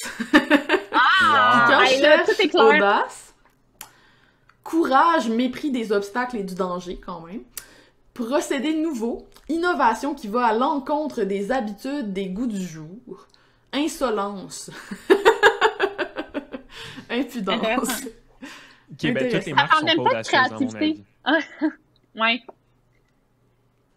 Mais ça parle même pas de créativité, hein, mais tu sais, il y a une dose de créativité là-dedans. Moi, j'essaie beaucoup de m'en sortir de ça parce que j'ai le syndrome de la bonne élève, OK? Puis moi, j'ai jamais été récompensée pour ma créativité dans la vie. J'étais récompensée si j'avais des bonnes notes, j'avais des bonnes réponses, j'étais bonne, j'étais organisée. C'est comme, j'ai toujours été première de classe, tout ça. Puis en tant qu'entrepreneur, ça fait comme 1 an ou 2 que je travaille là-dessus à me défaire de ça, puis à accepter de faire des erreurs, puis à travailler ma créativité, tout ça. Puis j'ai l'impression que c'est ça qui fait que les entreprises rayonnent, c'est leur créativité puis c'est leur audace. Puis pourquoi c'est pas quelque chose qui est enseigné, je comprends pas. Les gens, ils ont peur, genre, t'as peur de te mouiller, t'as peur de te faire critiquer, mais pourtant, c'est ça qui fait que les entreprises ont du succès, tu sais, comme les Starbucks de ce monde, c'est comme... Mais bref, je sais pas ce que vous en pensez, vous. C'est quoi votre relation avec la créativité? Pour moi, ça passe beaucoup par ça. Mais c'est clairement pas quelque chose que j'ai eu facilement dans ma vie, puis c'est vraiment quelque chose que j'ai eu à développer, puis je continue à développer. L'audace aussi, l'audace de me mouiller, de dire c'est quoi le fond de ma pensée. Si 100% de mes clients, c'est un défi, ça veut dire que clairement, on l'a jamais appris, tu sais. Mais c'est ça qui marche, fait que, why? En tout cas. Mais je pense que là où ce que ça nous amène, cette description-là de Google, puis un peu notre discussion, c'est que l'audace, c'est pas essentiel à une marque. C'est un truc qui peut être là. C'est d'aller contre des choses qui sont déjà là. D'être vraiment basé puis de faire quelque chose genre contre toute attente que c'est pas prévu. Mais ce qui fait en sorte qu'une marque... Pourquoi n'importe quelle marque, même une marque qui n'est pas audacieuse, finit par avoir des anti-marques, c'est plus parce que elle est singulière, elle est elle-même, et donc ça crée naturellement tout ça, de façon très, très, très similaire à n'importe quel individu, plus que tu crées des relations dans la vie. Indéniablement, tu finis, même si tu es la personne la plus gentille puis rassembleuse, puis la plus sweet au monde, mais tu finis par avoir quelqu'un qui t'aime pas parce que tu es trop gentil, puis trop rassembleur, puis trop sweet. Même si tu n'es pas audacieux, tu sais. Fait que c'est plus un genre de singularité humaine, tu sais, c'est comme... les genres de traits humains qu'on trouve dans une business font en sorte qu'elle peut être aimée, détestée, malgré ou grâce ou à cause de son audace, même s'il n'y en a pas, puis c'est autre chose. T'sais. L'audace, c'est juste une des façons qu'on le voit parce que c'est ce qui... L'audace puis la polarisation, c'est ce qui ressort le plus, mais c'est pas nécessairement le requis pour non, c'est ça, c'est pas obligé. Par contre, je pense qu'il y a beaucoup de gens qui pourraient faire des contenus qui sont plus intéressants puis qui résonnent plus si Ben oui. ils osaient un peu plus, justement, déranger. Tu sais, moi, c'est de quoi que j'ai naturel. Tu sais, j'ai une grosse personnalité, là, vous me connaissez tous les deux dans la vie privée. Je suis super volubile, je suis un peu gossante. J'ai un gros côté bébé. Tu sais, j'ai une grosse personnalité, puis c'est comme ça depuis que je suis toute petite. Puis je me rappelle au primaire, là. Tu sais, à l'école primaire, je rentrais de l'école, puis là, je racontais à mon père, ah, telle fille à l'école, même pas, tel gars à l'école, même pas, blablabla. Puis mon père, il me disait tout le temps, tu sais, on s'en crisse, là. Genre, sa réaction, c'était, c'est pas grave parce que. Puis il m'a tellement dit cette phrase-là souvent, tu sais, quand tu veux plaire à tout le monde, tu plais à personne. Puis ça, pour moi, c'est la genèse de qui je suis. J'ai pas eu le choix d'accepter ça parce que j'ai jamais eu une personnalité qui faisait l'unanimité de toute mon existence, genre. Fait que c'est de quoi qu'il a fallu que je règle vraiment vite. Puis ce qui arrive, c'est que j'ai l'impression qu'il y a des gens, des fois, qui font plus l'unanimité parce qu'ils ont une personnalité un peu plus douce, un peu, tu sais, un niveau d'agréabilité qu'on dirait en psychologie qui est plus élevé, tu sais, ils vont plus se limiter puis se cacher pour faire plaisir aux autres. Puis c'est ces gens-là, quand ils ont une marque personnelle, mais même quand ils sont à la tête d'une entreprise, qui vont avoir le plus de difficultés à aller se différencier, en fait, parce qu'ils ont pas cette capacité-là, ils ont pas développé, ils sont pas autorisés encore à pas être aimés par tout le monde. Puis ils se sentent tout le temps pas bien, parce que même quand t'essayes d'être aimé par tout le monde, ça, comme Charles vient de le dire, ça marche pas quand même. Fait que t'es juste jamais satisfait quand c'est ça ton but, finalement. Tu sais, c'est de la douleur à l'infini, genre. C'est clair. Un cercle ou une montagne que tu essaies de monter, puis plus que tu avances, plus que tu vois que le sommet, il s'éloigne. Puis à la limite, c'est comme l'unanimité que tu serais capable d'aller chercher, elle est tellement plus petite en termes de personnes que la partie de personnes que tu peux aller chercher en étant audacieux ou juste en te faisant naturellement, même sans le vouloir, des ennemis. L'impact est beaucoup plus grand juste de cette... pas nécessairement polarisation. Polarisation, c'est extrême, mais juste de cette identité-là plus forte que tu te crées. Ben, Valérie est vraiment un bon exemple. Tu sais, Valérie, c'est un bon exemple. Tu tombes en amour avec son univers visuel, avec les blagues, tu sais, les memes puis les jokes de parents qu'elle va mettre sur sa page Facebook, avec les photos de sa famille, que tu sais c'est qui est derrière l'entreprise. Mais c'est pas polarisant, là. C'est juste genre une petite famille de Québec qui a une entreprise qui a eu beaucoup de succès, puis c'est super intéressant de les voir aller, puis tu tripes, puis t'as du fun, puis that's it. Mais ça resterait vrai.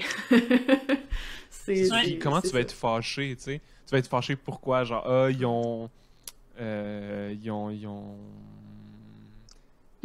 encouragent les parents, puis c'est pas une bonne chose, je veux dire. Mais tu sais, éventuellement, il y a du monde qui vont être fâchés. Genre, tu sais, moi, je reviens au Starbucks, mais genre, à cette heure, il y a du monde qui sont... Tu sais, qui ressentent full de haine, mettons, envers des breuvages spécifiques du Starbucks, là, faut le faire, là. Il y a du monde, mettons, qui haïssent les lattés à la citrouille.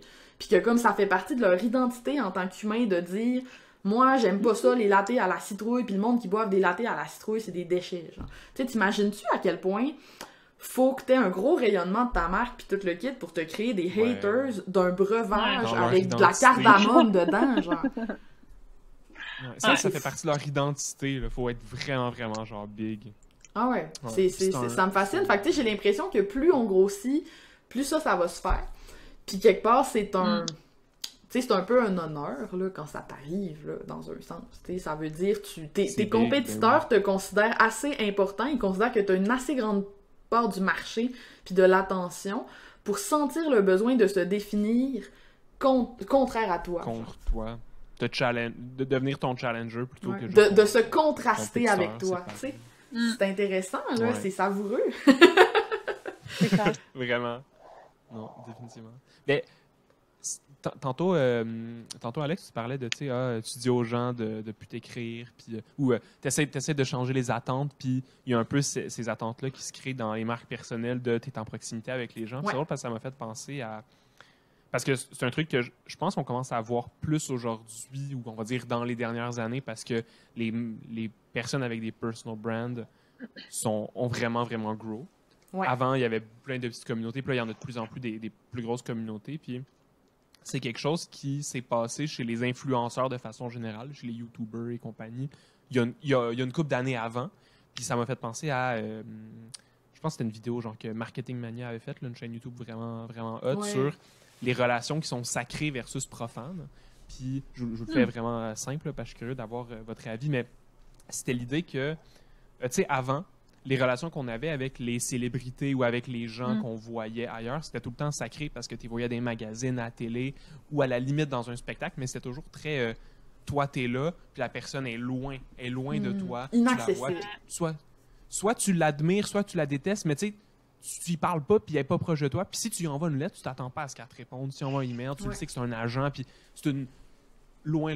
Puis avec les influenceurs, l'Internet, on va dire, puis tout ça, ça a comme créé de plus en plus de relations qui sont profanes, dans le sens où les jeunes qui aiment ces influenceurs-là, parce que ça a commencé un peu plus avec ça, se sont mis à les aimer comme si c'était leurs amis ou comme leurs grands frères, grandes sœurs, ou une relation qui est beaucoup plus proche que la vedette super loin. Puis je pense que c'est un peu ce qui arrive avec les marques personnelles, puis c'est que les gens se font cette idée-là de « Hey, cette personne-là est comme moi, elle est juste un peu plus avancée ou quoi que ce soit. » Je veux tellement être son ami, je me sens comme si je suis son ami parce que je vois ses pensées sur LinkedIn ou je vois sa vie sur Instagram.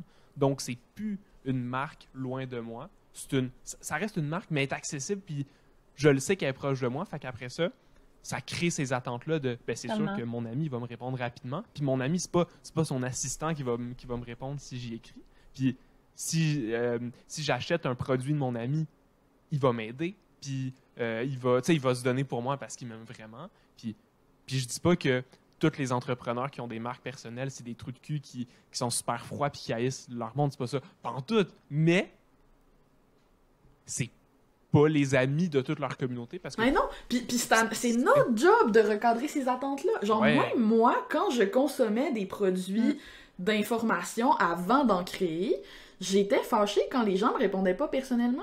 Puis je voulais, tu sais, je me disais, cette personne-là, elle prend même plus le temps de répondre à ses courriels, genre, tu sais, what's going on, puis j'essayais ça, tu sais, je suis comme tout le monde, là, genre, j'avais les mêmes réactions.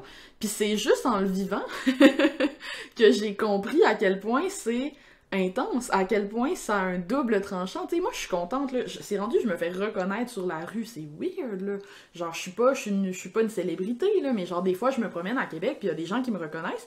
Puis quand les gens me reconnaissent, eux, ils me connaissent, mais moi, je ne les connais pas. Fait que c'est unidirectionnel, tu sais, la personne vient me voir, elle est comme « Hey, salut Alex! » Puis là, genre, tu sais, parce que je m'appelle Alex partout, c'est mon surnom, tu sais, c'est vraiment, il y a une proximité immédiate, mais qui est pas réciproque, parce que moi, je ne te connais pas encore. Puis ce sentiment-là, des fois, tu peux être super à l'aise à distance en ligne, des fois, genre, quand t'arrives dans un contexte plus en personne, tu peux te sentir différemment, puis c'est valide. Puis je pense qu'en fait, c'est notre job d'en parler plus, tout simplement, parce que je me rends compte que quand j'en parle, ben mes clients, ils sont genre full open, puis ils m'approchent différemment, puis ils comprennent, tu sais, que c'est normal, puis c'est sain qu'il y ait une distance, genre, puis que ça se peut que je devienne amie avec quelqu'un, mais que c'est pas automatique, puis que c'est pas parce que t'es dans ma communauté qu'on est des amis. On a une relation, c'est sûr, mais on n'est pas des amis, genre, il y a vraiment une nuance, tu sais, de profondeur, puis de réciprocité entre les deux, tu sais. Puis de comprendre aussi que pour moi, recevoir un DM, t'es pas le seul DM, t'es un DM parmi de plus en plus de DM chaque semaine de ma vie qui avance, tu sais. Fait que c'est... Ouais, je pense qu'on a une part de responsabilité là-dedans, dans le sens où on a pris ça sur nous, en faisant comme si... En essayant d'atteindre ce standard-là. T'sais, en essayant de répondre à toutes nos DM, en engageant des gens qui font semblant d'être nous pour répondre à nos DM. Moi, je connais des coachs qui font ça, là. T'sais, il y a des gens qui montrent ça, oui, mais à cause tu payes pas quelqu'un qui se fait passer pour toi, genre, quand il répond. Tu sais, c'est fou quand même, là. Il y a des gens... c'est moi, Alexandra. Ouais, ben, tu sais, Marc, qui serait capable de faire des... Alexandra, tu sais. Tu sais, c'est fou quand tu penses à ça. Elle fait des stories, puis elle te ressemble, tu sais. Puis j'étais genre, OK, mais je peux-tu, genre, me définir en opposition à ce standard-là? Genre, je suis-tu obligée de perpétuer cette espèce de standard-là qu'on est en train d'installer, que moi, personnellement, je considère malsain, tu sais, puis j'ai une business de lifestyle en premier, moi, là. Je fais pas ça pour faire plaisir à tout le monde, là. Je fais ça pour faire plaisir à Alexandra Martel et accessoirement à tout le monde en même temps, tant mieux si c'est le cas, tu sais. Mais... Ouais. J'ai grosse réflexion là-dessus ces temps-ci, dans mon esprit et dans mon cœur et dans tout ça, là. Mais tu sais, je pense que c'est vrai, puis je pense qu'on a une responsabilité aussi. Moi, je suis vraiment pas comme Alex, j'ai pas ta communauté, mais tu sais, on est beaucoup dans le dessus, dans dire le prénom de l'autre, même si c'est en email, on joue beaucoup là-dessus sur le marketing en ce moment, puis c'est beau.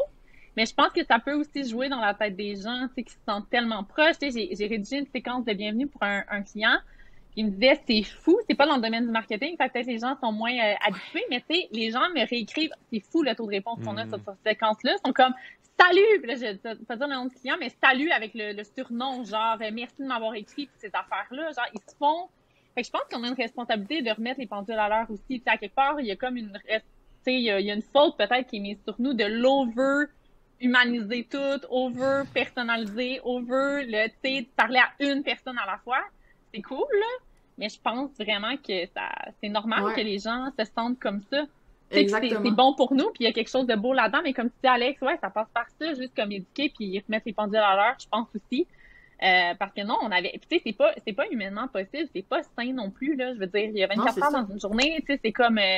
Puis ça m'a tellement fait penser à ça, comme dans les magazines cool, tu sais, que t'avais comme Leonardo DiCaprio avec l'adresse à Hollywood, genre, mais qu'il y avait 7 artistes qui étaient la même adresse parce que c'est leur agent, tu sais.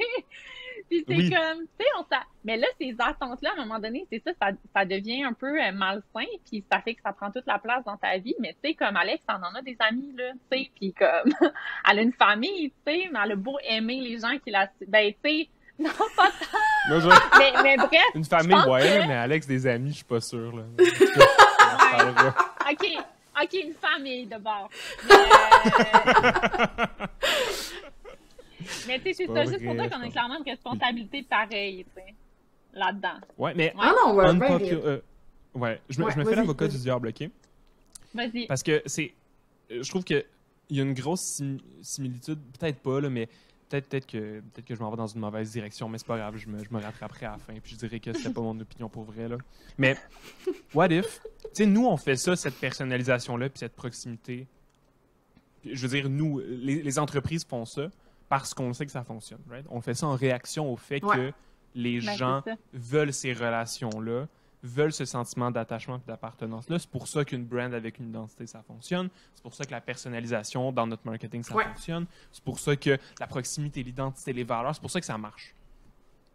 Je dis pas que si la situation avait été autrement, on aurait été complètement différent de 180 degrés, mais tant que ça vend plus parce que les gens créent une proximité avec toi comme personne, Stéphanie ou Alex ou ton client que tu parlais, la ligne est mince entre on s'en prive parce qu'on veut garder une distance, mais on a des grosses conséquences sur nos ventes. On vend beaucoup moins parce qu'on s'entend que cette proximité-là, ça vend peut-être quand même pour un 10, 20, 30% plus pour des entreprises. Puis dans le cas de personal brand, ça doit vendre pour au moins 50% des ventes qu'on fait parce que les gens qui achètent un programme d'Alex, ben ils achètent le programme d'Alex parce qu'ils se sentent proches d'Alex puis ils font comme je le sais qu'il est vraiment bonne puis je suis son ami à moitié, tu sais.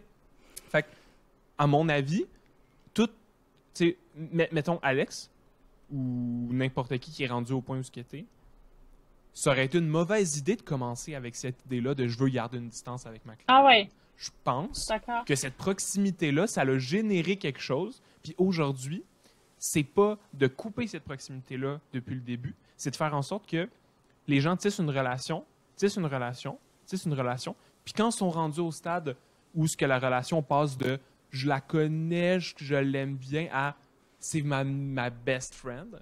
C'est juste là qu'il faut comme venir juste arrêter la corde là au lieu de la faire continuer jusqu'à je m'en vais dans ces parties de Noël parce qu'évidemment ça n'arrivera pas. Il ne faut pas que la personne se crée des attentes comme ça. Bon, OK, personne ne se crée des attentes de je vais aller dans le party de Noël d'Alex. De toute façon, est-ce que, tu sais, bon, en tout cas, moi j'aimerais pas ça. Ouais, j'ai le goût de te dire, là. C'est que ça se paye, en fait. C'est du labeur émotionnel. C'est pas pour rien que ça s'appelle du labeur. Oui. C'est parce que se mettre dans une bonne disposition pour communiquer à quelqu'un en modulant tes émotions, c'est du travail. Puis c'est full étudié, ça a été étudié entre autres chez les hôtesses de l'air, tu sais, puis ils ont vu en fait que les hôtesses de l'air qui avaient pas des grosses périodes de repos où ils pouvaient ne pas faire de labeur émotionnel, ben ils vivaient de la dissociation. Tu sais, tu viens que tu sais même plus c'est quoi ta vraie personnalité tellement t'es tout le temps dans la performance. Puis c'est ça le danger avec une marque personnelle, c'est que si les gens s'attendent à ce que tu répondes toujours à tes DM chaque jour de ta vie, ou même chaque semaine, si t'es pas capable d'avoir des moments de break, ben, t'as pas personne n'a cette capacité-là au standard qu'on est en train d'établir en ce moment-là. Puis, personne n'a la même capacité non plus. Puis ça, je trouve ça vraiment intéressant parce que il y a des gens qui ont une capacité beaucoup plus élevée que les autres à faire du labeur émotionnel, puis il y a des gens pour qui c'est vraiment plus difficile. Puis je pense qu'en fonction de toi, à quel point ça te demande du stock, il y a quand même des questions à te poser par rapport à où tu mets les limites, c'est quoi ton modèle d'affaires, etc., etc. Puis ça se paye. Tu sais, ultimement, moi, là, l'accès à moi, là, j'ai accepté qu'il y avait un prix là-dessus. Tu sais, je vais donner le meilleur de moi-même, puis le 90% de mon labeur émotionnel dans ma semaine aux filles qui sont dans ma assertif. Parce qu'elles ont payé cet accès-là à moi et je suis rémunérée pour le labeur émotionnel que je fais. Puis ça crée des relations qui sont extrêmement profondes parce qu'on passe tellement de temps ensemble puis on finit tellement, tu sais, tu comprends, mais je pourrais jamais faire ça pour tous mes clients parce que ça se scale pas. Puis c'est pas, tu sais, ça a un prix, ça a une valeur qui est extrêmement élevée. Puis plus t'es sollicité, plus il y a des gens qui veulent cet accès-là à ta personne, plus ça a une valeur. Puis ça, je me souviens, là, quand je commençais, c'était de quoi qui me mettait profondément mal à l'aise de penser que l'accès à quelqu'un avait un prix. Ça me mettait full mal à l'aise. Mais en business, man, l'accès à quelqu'un, ça a un prix. Que quelqu'un prenne le temps de s'intéresser à toi, à tes problèmes, à quitter, à comment t'aider, ça a une grosse valeur. Puis c'est pas parce que c'est féminin, puis c'est pas parce que c'est du care qu'il faut faire comme si c'était le petit side à côté du service que c'est inclus puis que ça vaut rien. Genre, ça se monétise, man. Puis plus il y a des gens qui vont assumer ça, mettre des limites en fonction. Tu sais, moi, j'ai une formation gratuite, là, je vais répondre à ta question si elle aide tout le monde. Si tu me poses une question spécifique puis que tu veux du feedback spécifique, je vais te donner du feedback en public. Si tu veux pas avoir de feedback en public, tu vas payer. Puis c'est ça, c'est de mettre... Tu sais, éduquer, mettre nos limites, mettre un prix là-dessus, là, je pense que c'est la bonne direction pour le futur. Ouais. Puis, tu sais, je me sens un peu weird d'en parler parce que je sais que même moi, cette opinion-là m'a déjà vraiment dérangée, tu comprends? Fait que genre, je sais que c'est pas tout le monde qui est d'accord avec ça. Je sais que on a beaucoup de chemin à faire, mettons, avant que ce soit reconnu à quel point c'est pas juste normal de faire ça, à quel point ça doit pas juste être justement le bonus qui est inclus avec le programme, parce que évidemment la coach elle va tout le temps répondre à toutes tes questions tous les jours, mais non, ça fait partie de la valeur qu'on apporte et ça a un prix. Puis c'est pas une relation d'amitié qu'on est en train de bâtir quand t'achètes mon programme à 400$, là. Tu sais, non.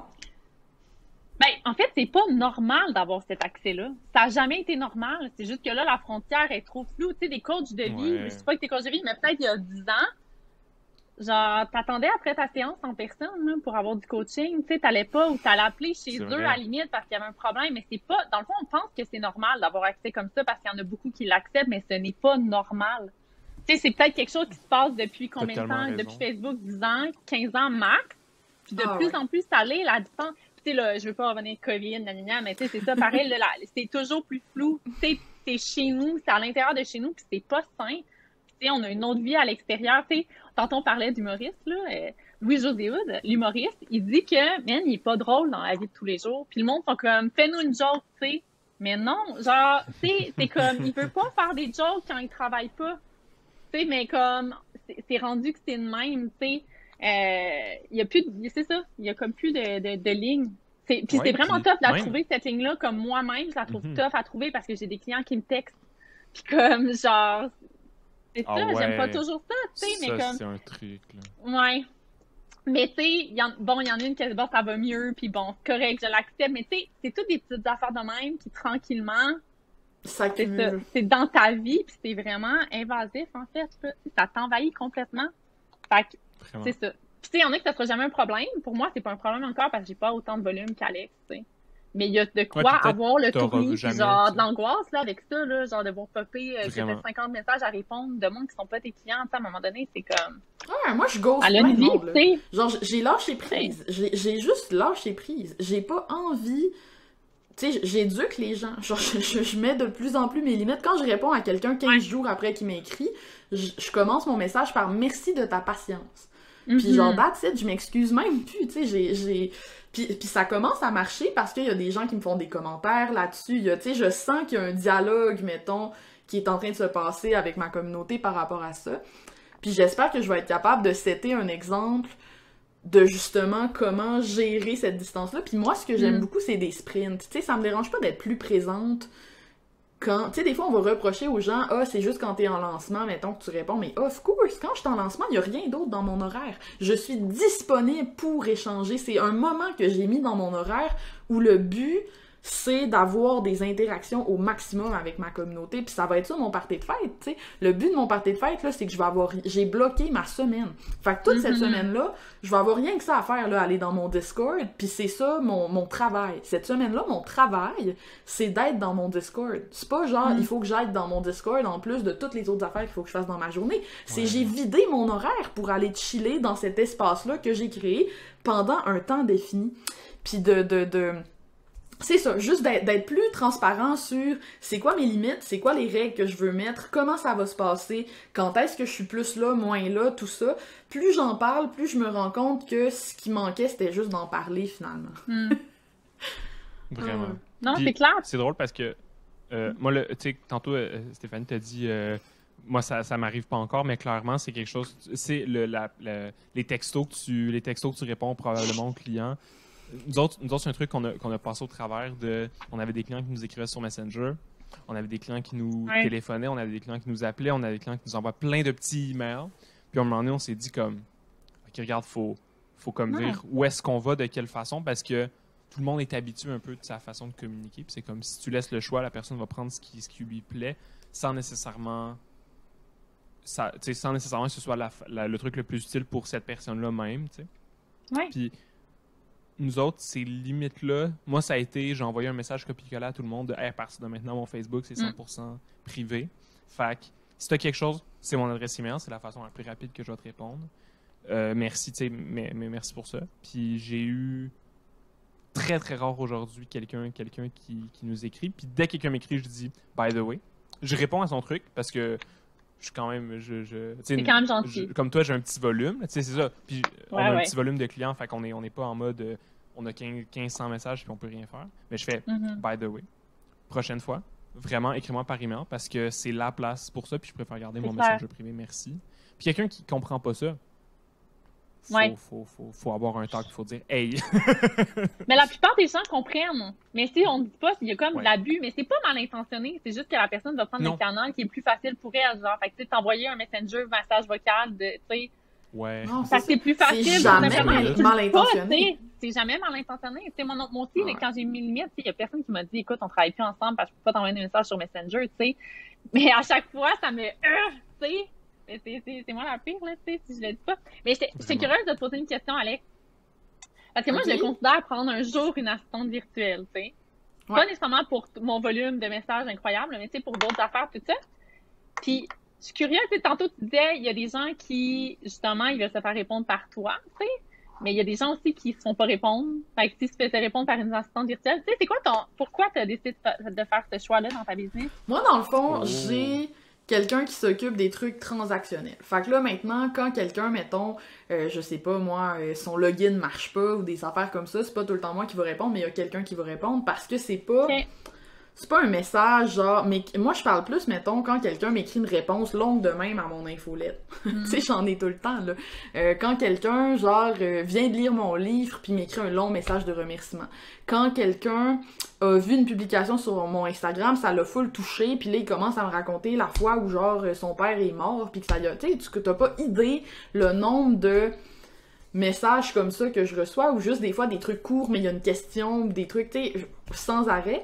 Ça, c'est pas quelque chose qui est facile à déléguer, en fait. C'est vraiment difficile à déléguer. Puis, moi, personnellement, quand je pose une question qui est comme insightful à un coach, mettons, anglo que je suis, whatever, puis que c'est lui, personnellement, qui me répond, je l'apprécie 100 fois plus que si c'est quelqu'un d'autre, genre. C'est juste un fait, puis des fois, ça lui prend du temps de répondre, mais j'aime mieux que ça lui prenne du temps de répondre, puis que ça soit répondu par la vraie personne, que ce soit...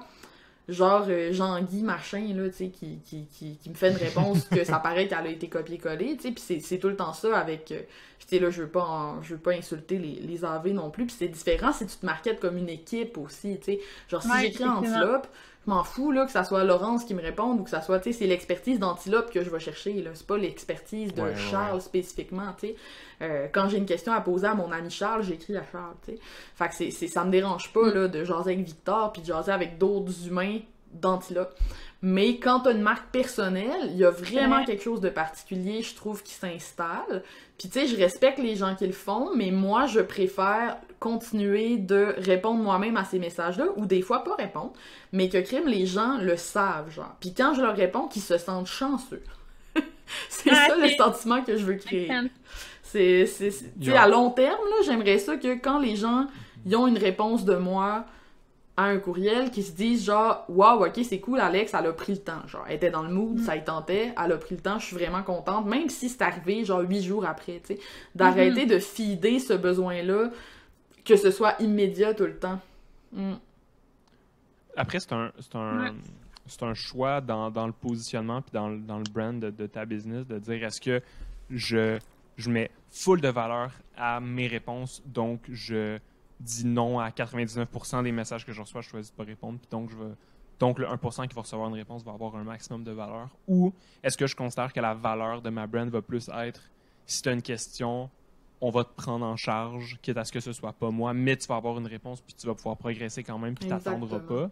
Les deux sont bons en soi, c'est juste que il y en a un qui, tu mets genre tes œufs de valeur dans un tout petit panier, fait que ça fait comme fois 10, fois 100 en termes de valeur j'ai une réponse d'Alex, puis je le sais tellement que c'est rare d'avoir une réponse d'Alex que waouh, je me sens choyé, ou c'est vrai. Je le sais que je peux écrire à Alex parce que je sais que je vais avoir une réponse, parce que je le sais que son équipe puis il se préoccupe vraiment de répondre à tout le monde. Ben les deux ça a de la valeur en soi, mais c'est pas le même système. Nous, parce que mes clients genre qui payent pour l'accès, là, ils en ont des réponses, là, mes certifiés, nous autres on avait notre Slack avec les nouvelles, on est dans un Discord, je vais tous les jours dans le Discord, même la fin de semaine, là. Je vais par plaisir, je m'en fous, parce que ces gens-là, ils ont payé, man, pour avoir un accès à moi, genre, pis tu sais, on s'entend, l'assertif, c'est un investissement qui est conséquent, c'est dans les 5 chiffres, fait que genre, tu sais, je me sens validée. Tu sais, je suis pas tout le temps aussi présente non plus dans le Discord, puis je les avertis, des fois je leur dis là, c'est catching, tu sais, préparez-vous, je serai pas là aussi souvent, c'est normal, mais généralement, c'est vraiment là que je vais aller répondre en premier, puis c'est vraiment trippant pour moi d'avoir un espace que genre, là, je me donne à 100%, tu sais, puis je suis là, puis je suis présente, puis je suis à l'écoute, puis je lis tout ce qui se dit, puis je consomme vraiment les échanges, tu sais, puis je suis 100% présente, au lieu d'être à 30% partout, genre, parce que j'essaie d'être partout. Tu sais, puis c'est très propre à chacun aussi. La personne, en fait, qui a fait naître cette réflexion-là chez moi, c'est Tara McMullin, qui a un super bon podcast que j'écoute en anglais qui s'appelle What Works. Puis Tara, elle est autiste. Puis elle, tu sais, elle expliquait que le labeur émotionnel, c'est quelque chose qui est extrêmement lourd pour elle, en fait. Puis elle en faisait beaucoup trop vu son modèle d'affaires, tout ça. Puis elle a complètement switché son modèle d'affaires parce qu'elle était juste plus capable, man. Tu sais, elle disait, j'arrivais pour faire un Zoom avec mes clients, puis je pleurais avant le Zoom. Là. Puis là, après ça, il fallait que j'arrête de brailler parce que, tu sais, elle vivait de la dissociation, ça allait plus, tu sais. Puis il y a des gens pour qui ce qu'elle faisait, ce serait facile parce que leur capacité à faire du labeur émotionnel est peut-être supérieure à la sienne. Puis moi, j'en ai pas tant que ça. La réalité, là, c'est que c'est quelque chose qui m'épuise vraiment. Ça vient par vagues. Il y a des moments où j'ai des gros moments de repli sur moi. Je suis une sprinteuse, je suis pas une marathonienne.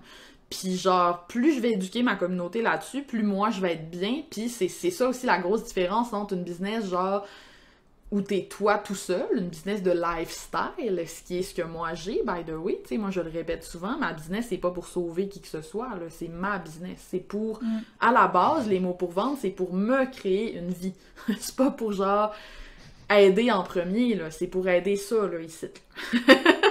C'est ça la priorité, tu sais, puis c'est un choix que j'ai fait, puis c'est une façon de voir les choses qui peut être différente. Tu sais, j'accepte que y a des gens qui créent une business qui est séparée d'eux, qui vont peut-être avoir une vision différente de tout ça, mais pour les solopreneurs, qui créent une business pas dans l'optique de la faire grandir, d'avoir des employés, de se créer une agence, de créer quelque chose séparé d'eux. Quand ta business, c'est toi, c'est encore plus important que tu aies une réflexion là-dessus puis que tu mettes tes limites. Sans ça, ça marchera pas. Là.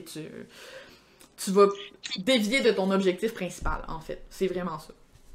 Puis on parle de toi, mais c'est les gens aussi. Tu sais, à un moment donné, toi, t'es arrivé à un peu une notoriété assez élevée.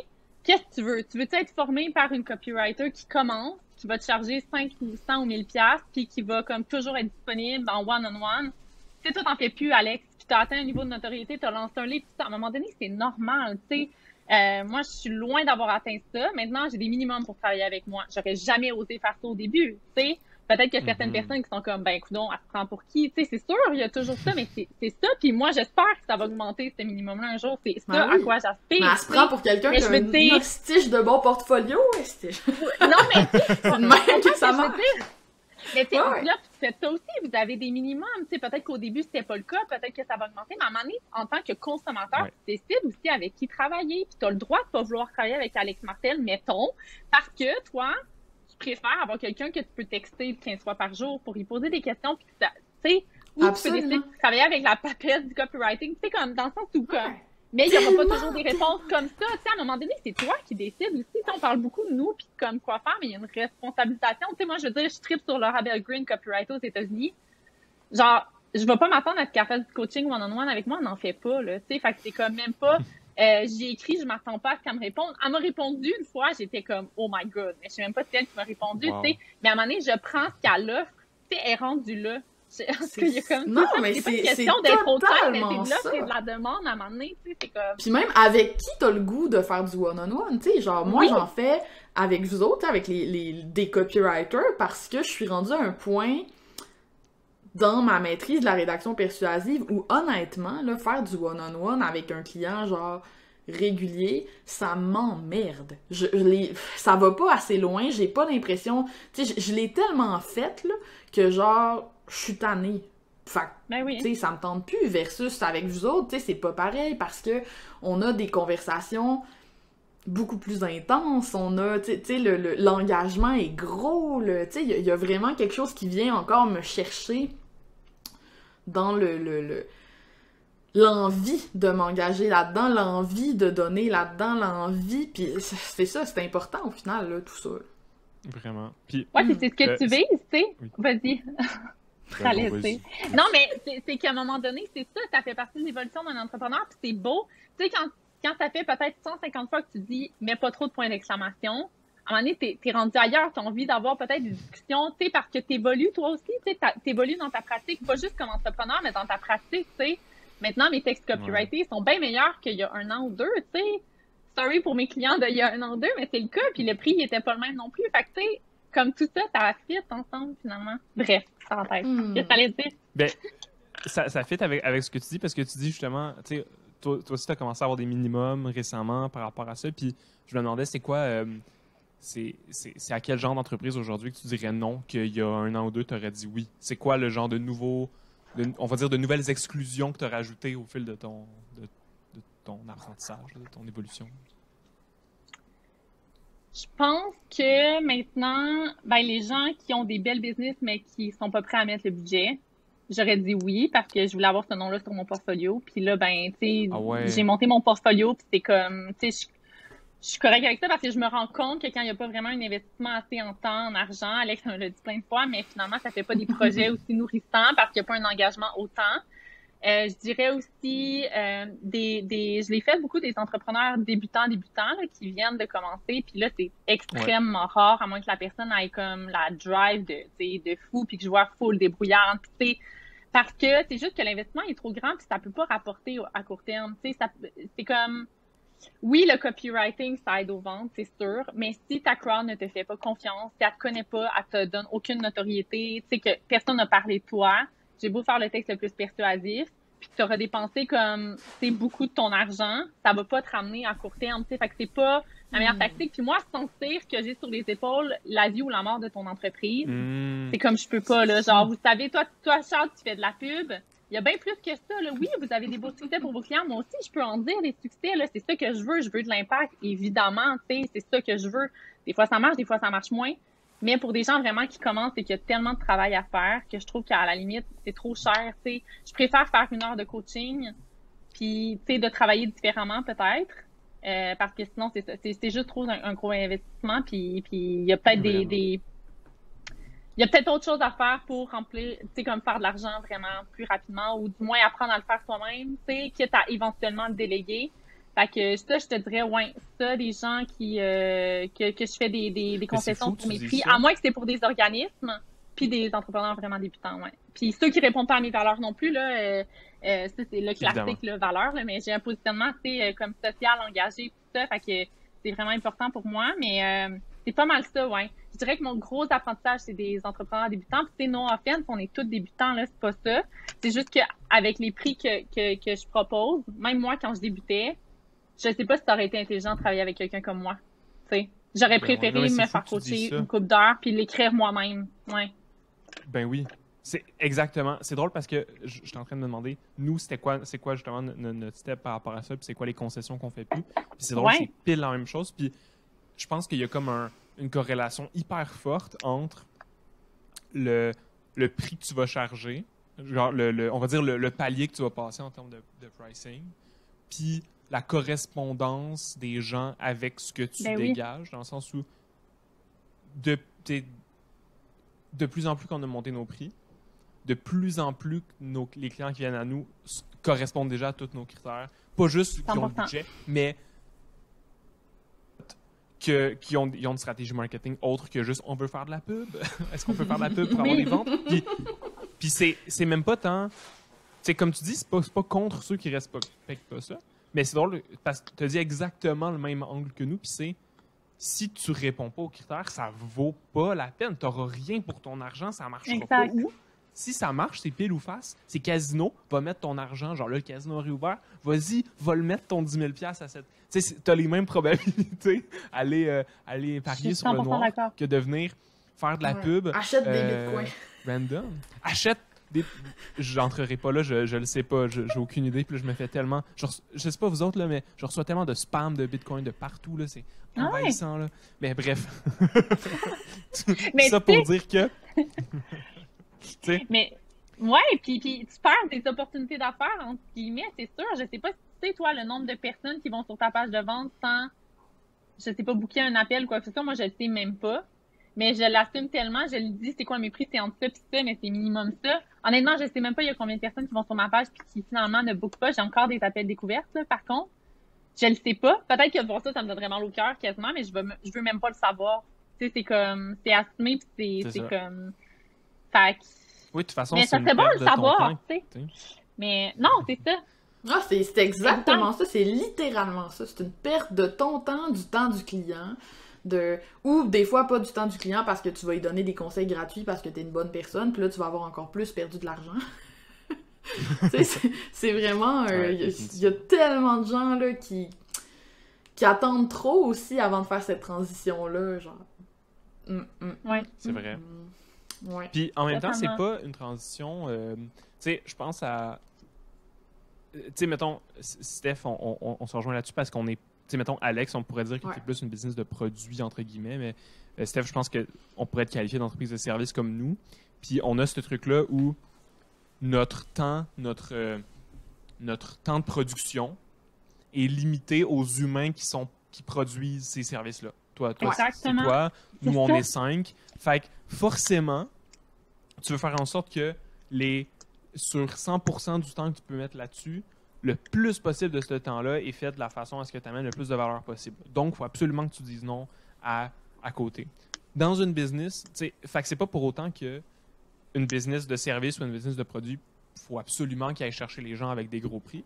Il y a plein de business qui sont basés sur des trucs vraiment pas chers, vraiment accessibles, puis que c'est juste parfait parce qu'ils peuvent aller version volume ou ils ont un service vraiment pas cher, mais c'est hyper pas chronophage pour eux, ça leur prend strictement pas de temps. Il y en a qui font de la consultation aux 15 minutes, là, avec des petits créneaux de 15 minutes, puis c'est vraiment genre hyper focus, hyper clé.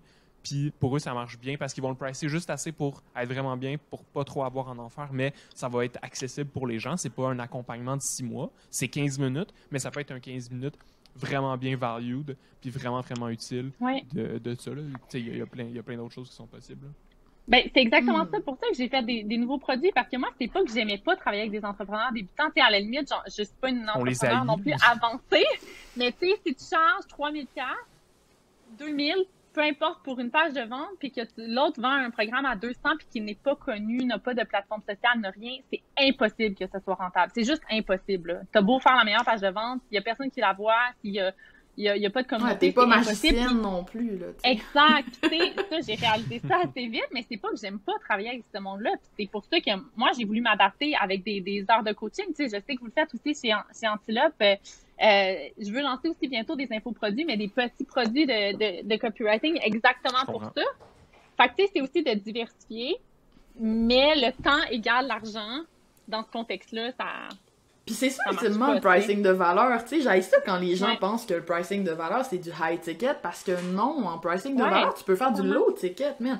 Le but, c'est de te demander c'est quoi qui est approprié comme prix pour ce client-là spécifique. Puis moi, j'aime ça, faire des petits produits pas chers, là. Salut, Crapule. Ben oui. Crapule est venu nous voir, mon minou. Mais, tu sais, j'aime ça, moi, faire des petits produits pas chers. T'as bien moins d'engagement de ta part. Les gens ont des attentes plus relaxes. Justement, ils ont pas payé pour de l'accès. Fait que moi, je donne pas d'accès, là. Quand t'as payé 50$, tu télécharges mon affaire, là, puis arrange-toi, là, tu sais. Genre, y a pas de... Je vais pas venir te montrer comment faire, tu sais. Puis il y a quelque chose d'extrêmement satisfaisant pour moi dans le fait d'aller chercher full de volume. Genre, ça expose mes idées à plus de personnes. Puis il y a des gens qui sont meilleurs que moi pour exécuter mes propres idées, qui après ça peuvent les faire voyager, qui peuvent, tu sais, ça veut pas dire que j'ai pas d'impact. J'ai un impact d'une manière qui est différente. Puis j'aime ça, les petits produits. Vive les petits produits. Voilà. Moi je suis un beaucoup plus gros consommateur de petits produits que de high ticket, puis de coaching, puis d'accompagnement, parce que, je sais pas vous, là, mais... Puis je sais pas si vous avez le même feeling en copywriting, vu que toutes les deux, là, vous êtes comme arrivés à une place où il n'y a pas comme The Next formation en ligne qui va vous aider à particulièrement progresser. Puis c'est un peu la même chose pour nous en pub, tu sais. Une fois que tu as les fondamentaux puis que tu as l'expérience sur le terrain, c'est comme, OK, what's next? Qu'est-ce qu'on fait de plus? Puis nous autres, mettons en pub, c'est quoi les places où on peut aller chercher des connaissances de plus? C'est en parlant à d'autres mondes qui font de la pub puis qui sont comme, moi j'ai essayé quelque chose, puis tu sais, nous autres, en pub US, il y a plein de comptes Twitter où est-ce qu'ils vont poster des trucs, hey, j'ai essayé tel truc, ça marche pas, ou hey, aujourd'hui Facebook c'est vraiment de la merde, là, parce que bâcher Facebook, ça fait un peu partie de la job aussi, là. Mais il y a ce truc-là où il n'y a plus de next level, il n'y a plus de « Ah, je vais me faire accompagner par telle personne parce que ça va vraiment m'amener plus loin ». Ou si c'est le cas, tu sais, je dis pas que ça n'existe pas, mais c'est genre, il faut que tu suives un programme cher, à plusieurs milliers de dollars, plusieurs dizaines de milliers de dollars, puis ce que tu vas retirer comme valeur, c'est tu vas mettre 20 heures dedans, 30 heures, 40 heures, 50 heures, puis le vrai breakthrough, la vraie valeur, elle va retirer de 14 minutes où est-ce que la personne a dit ça, puis ça va te popper une idée que tu aurais peut-être eu 100, puis que tu sais pas vraiment si c'est grâce à ça. Mais tu l'as eu, fait que ça se rentabilise le programme.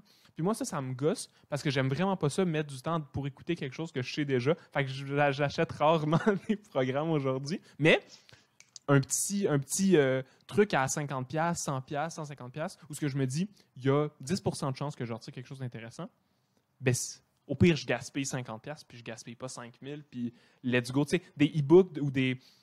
Même des fois, je me laisse avoir par des titres clickbait là, de cette nouvelle stratégie de machin, puis je me dis, c'est tellement phénoménal, c'est sûr que c'est survendu. Je l'achète pareil, j'essaie. Regarde, au pire, j'aurais gaspillé mon argent, mais il y a peut-être quelque chose là-dedans qui est intéressant aussi. C'est 50$, tu sais, c'est pas... Ouais. Salut, Crapule. Ben, c'est pour ça que je me dirige vers ça, là, en toute honnêteté. C'est comme, en tant qu'entrepreneur, si tu penses que ça peut t'aider, c'est des dépenses d'entreprise, c'est comme 50$, 100$. D'ailleurs, tu sais, Alex, avec ton attirail du copywriter, tu sais, c'est comme, c'est pas tout à fait ça, là. Mais, tu sais, je m'en vais vers quelque chose comme ça dans ces prix-là, mais, tu sais, c'est comme, c'est du génie, là. C'est comme, à 50$, tu ne peux rien perdre. Ben oui. C'est clair que tu vas, en tout cas, tu retires rien du tout. Moi, c'est rare quand même que j'ai acheté des produits puis que j'ai rien retiré, là. Ou peut-être parce que je suis difficile, j'achète peut-être pas sur le champ, mettons, je sais pas, mais comme la plupart du temps, ou juste voir comment l'entrepreneur fait son marketing autour de ça, tu sais, comme, il y a ça aussi, c'est comme, pour nous, c'est pas juste comme le produit en tant que tel, mais c'est comme toute l'expérience autour, je trouve. Ouais. Apprendre comment les gens vendent, package leurs affaires, moi aussi, ça me fascine. Et moi aussi, by the way, j'achète souvent des petits produits. Ouais.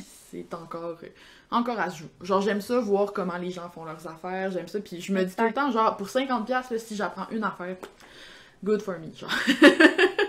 Oui, puis si t'en apprends pas, sur la moyenne des trucs que t'achètes, tu finis par retirer quelque chose, c'est pas... c'est bien plus facile de skim puis de passer super vite en diagonale dans un e-book que finalement tu te rends compte qu'il est plate, que de devoir suivre une formation vidéo ou des webinaires. Là, tu sais. Il y a ce truc-là où si c'est quelque chose que tu connais pas, un webinaire, une formation vidéo ou une vidéo YouTube, mettons, c'est exceptionnel parce que tu as besoin de passer dans le processus. Moi, si je voulais apprendre le code, là, ou un code que je connais pas, ou comment faire de la menuiserie, je suivrai pas un e-book super vite. Je veux suivre des vidéos, je veux avoir du contenu super loin. Je veux qu'on me prenne par la main puis qu'on fasse comme si je savais vraiment rien de. Je veux que tu me dises il est où le Python, c'est assis, là, je veux être sûr de tout bien apprendre. Mais pour quelque chose que tu connais déjà puis que tu veux juste pousser plus loin, regarde, viens-en au fait, là. je veux défiler dans ta page assez vite pour avoir la phrase qui va faire comme OK, ça c'est intéressant, ou je veux des données brutes que je vais pouvoir interpréter moi-même comme des rapports. Il y a des gros sites comme Shopify, Unbounce qui sortent des rapports pratiquement annuellement avec des super conclusions. Hey, d'ailleurs, par rapport à ça, ça me fait penser parce que tantôt, Alex, tu disais que la majorité de ton contenu était comme. Une grande partie de ton contenu était quand même négatif, mettons, ou était anti sur LinkedIn et compagnie. Puis, tu sais, il y a ce truc-là du biais de négativité où est-ce qu'on sait que la négativité, ça attire plus l'attention, puis qu'on sait que la négativité, ça suscite plus d'émotions chez les gens que les trucs positifs. C'est pour ça que le monde qui chiale, ça pogne toujours plus, puis ça devient toujours plus viral que le monde qui proclament ou qui sont positifs. Tu sais, les gentils, on les aime pas, puis les méchants, on aime ça les détester ou on les aime. Mais Unbounce, sur leur dernier rapport, là, je vais essayer de penser de mettre le lien dans les notes du podcast, mais sinon, cherchez-le sur Google, Unbounce Conversion Report. Ils ont comme analysé toute leur landing page là, par créneau, par industrie. Puis c'est comme des millions de conversions. Puis c'est des dizaines, des centaines de milliers de pages. Là, je me souviens plus du nombre exactement. Puis ils ont analysé les mots des pages, la longueur, le type de mots, puis ont déterminé que les pages avec une concentration trop élevée de mots négatifs convertissaient moins que celles qui avaient une concentration de mots positifs. Fait que le biais de négativité est vraiment bon pour attirer l'attention puis propager, mais peut-être pas nécessairement pour convertir. En tout cas, c'est ça que ça sortait pour. Moi, je suis sûre de ça. Tout, là, tu sais. C'était pour les produits e-com, tout ça, mais. Tu chiales quand tu présentes le problème, quand tu raise awareness, quand tu t'éduques, quand tu captes l'attention, mais quand tu vends, genre, ce qui est vendeur, c'est la transparence, c'est la solution, c'est le... Qu'est-ce que je vais t'apporter, c'est les bénéfices. Puis c'est beaucoup aussi à quel point les bénéfices sont concrets, immédiats. Puis ça, c'est triste parce qu'il y a beaucoup de gens qui vendent des choses qui ont des bénéfices qui sont abstraits, lointains. Ouais.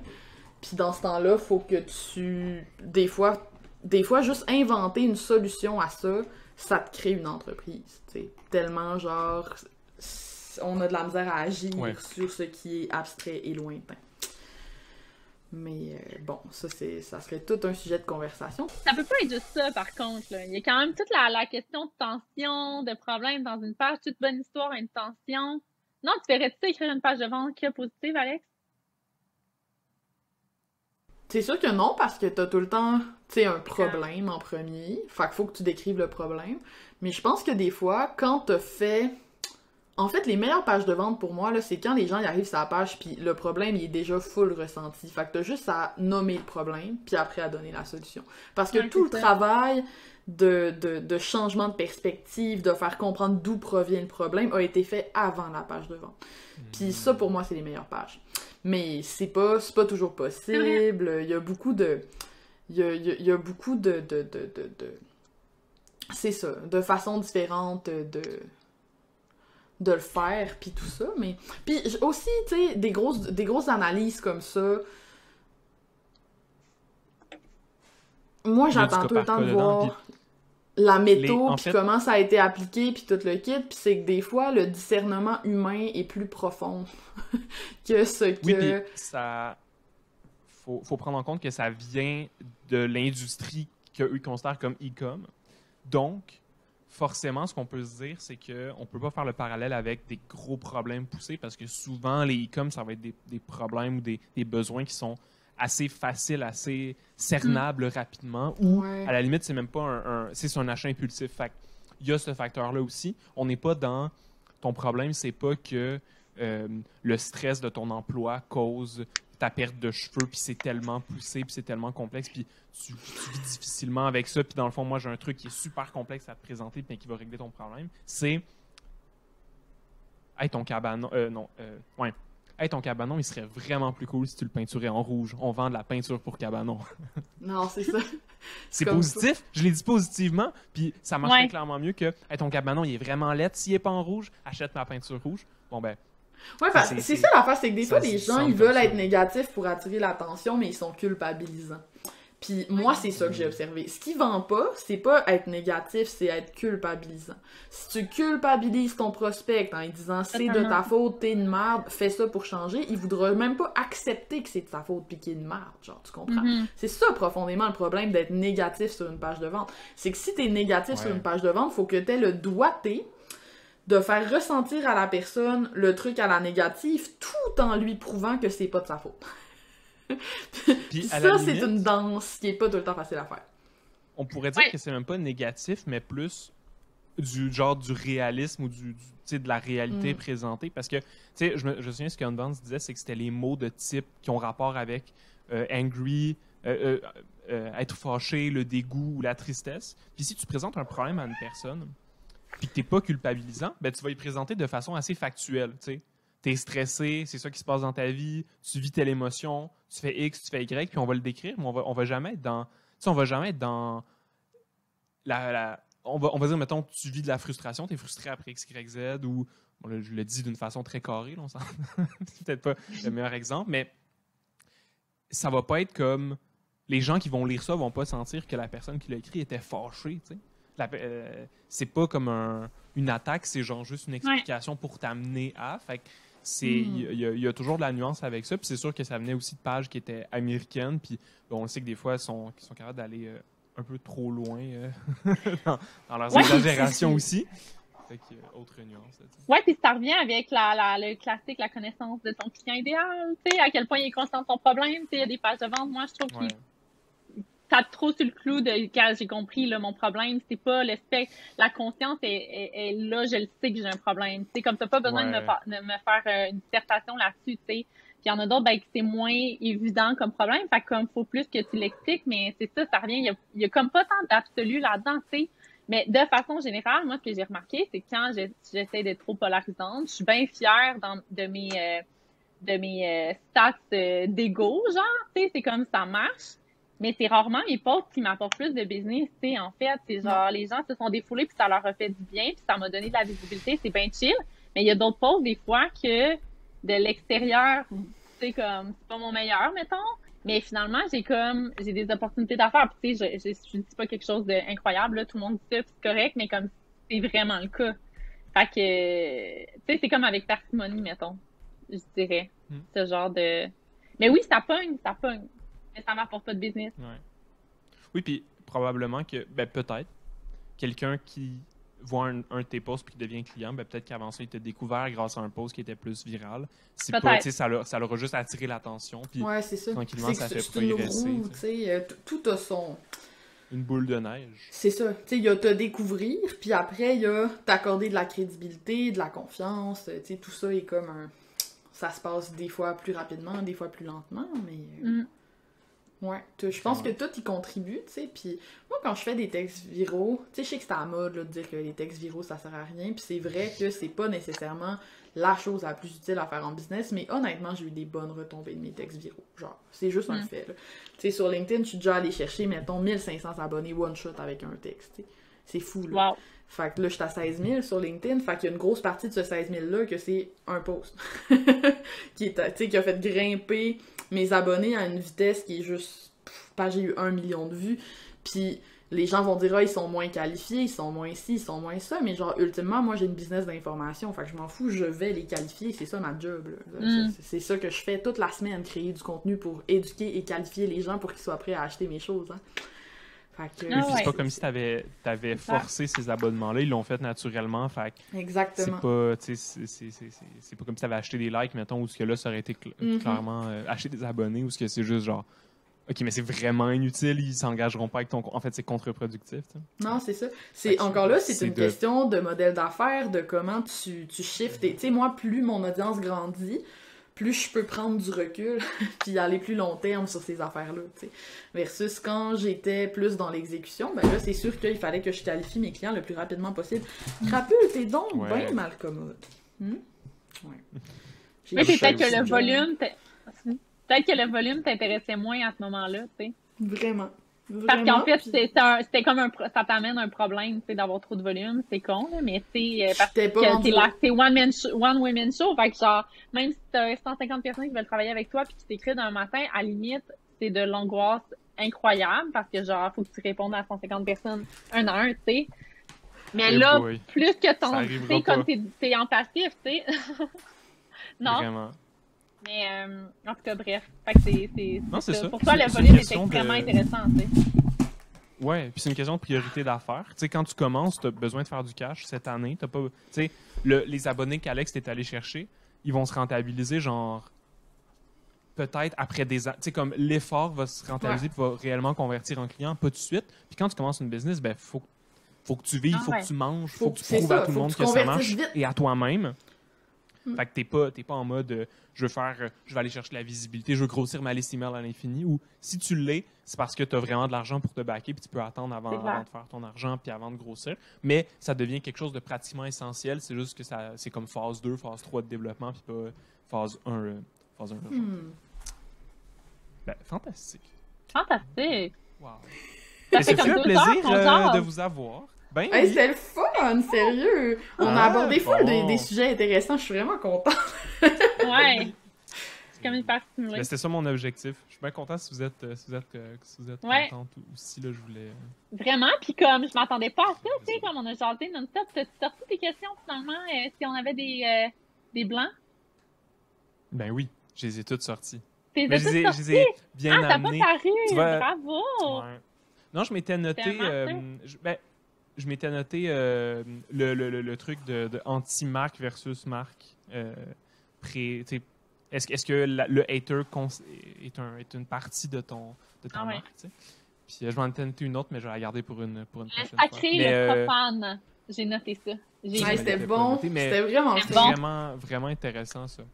C'est. Ouais. Ouais. totalement. Ben, si ça t'intéresse, tu sais, la vidéo est basée sur les YouTubers, là, fait que tu sais, c'est des YouTubers français qu'on connaît pas vraiment, fait que la référence est plus ou moins intéressante. Mais la vidéo en tant que telle de Marketing Mania est vraiment, vraiment intéressante, là, fait que c'est Ouais, c'est je l'aime vraiment bien. chouette. Puis- Ben, c'est Stan Leloup, lui, non? Ouais. oui, exact. Ah oui, c'est Puis ça donne tellement une vision de, genre, tu steps tellement sur le, ah oui, maintenant je comprends tellement les rapports pis les commentaires en dessous des, tu sais, puis ça Ok. paraît plus chez les ados, parce que les ados sont un peu dans ce mode-là, ils se cherchent eux-mêmes, fait que ça fait pas encore plus partie de leur identité qu'être ami avec un influenceur, tu sais, c'est tellement proche de soi-même, mais quand tu es entrepreneur, tu es vraiment tout seul dans ta réalité, Ouais. que tu as une équipe ou pas. Fait que tu te cherches des amis quand même, fait que ce phénomène-là existe aussi. Bon, ok, là, on est en train de rouvrir une autre boîte de Pandore. Arrêtons-nous pour le moment, mais non, c'était super cool. Un énorme merci d'avoir accepté mon invitation. C'était comme un truc, C'était un trop défi un peu que je lançais aussi. On n'avait pas d'angle, on n'avait pas de point de départ, mais ça a été vraiment super, super intéressant. J'espère que ceux qui l'écoutent dans l'auto, en faisant votre lavage, à la buanderie, en faisant votre ménage, puis en procrastinant, ben, vous avez aimé ça aussi. Si vous procrastinez, ce serait le temps de vous y remettre. L'heure avance, puis après ça va être la préparation du souper puis tout. Fait que vraiment, ça l'arrive. J'espère qu'il y a quelqu'un qui écoute ça puis que le souper arrive puis qui va se dire fuck, il est en train de parler de moi. Y a-t-il une place? C'est quoi la... C'est quoi la place idéale où est-ce qu'on peut vous retrouver si jamais quelqu'un vous découvre puis se dit c'est vraiment une personne extraordinaire, où est-ce que je vais? Stéphanie, c'est où qu'on va pour entendre plus de toi? Ben, c'est toi sur mon site ou mon profil LinkedIn, je te dirais. Fait que... Let's go. Stéphanie Gélina. sur .com. LinkedIn. Oui, d'une originalité sans nom. Et sur LinkedIn, le même nom. Stéphanie Gélina sur C'est LinkedIn. bon, Ben, ça. c'est ton nom. Ça peut Écoute. ça peut pas être plus précis. Là.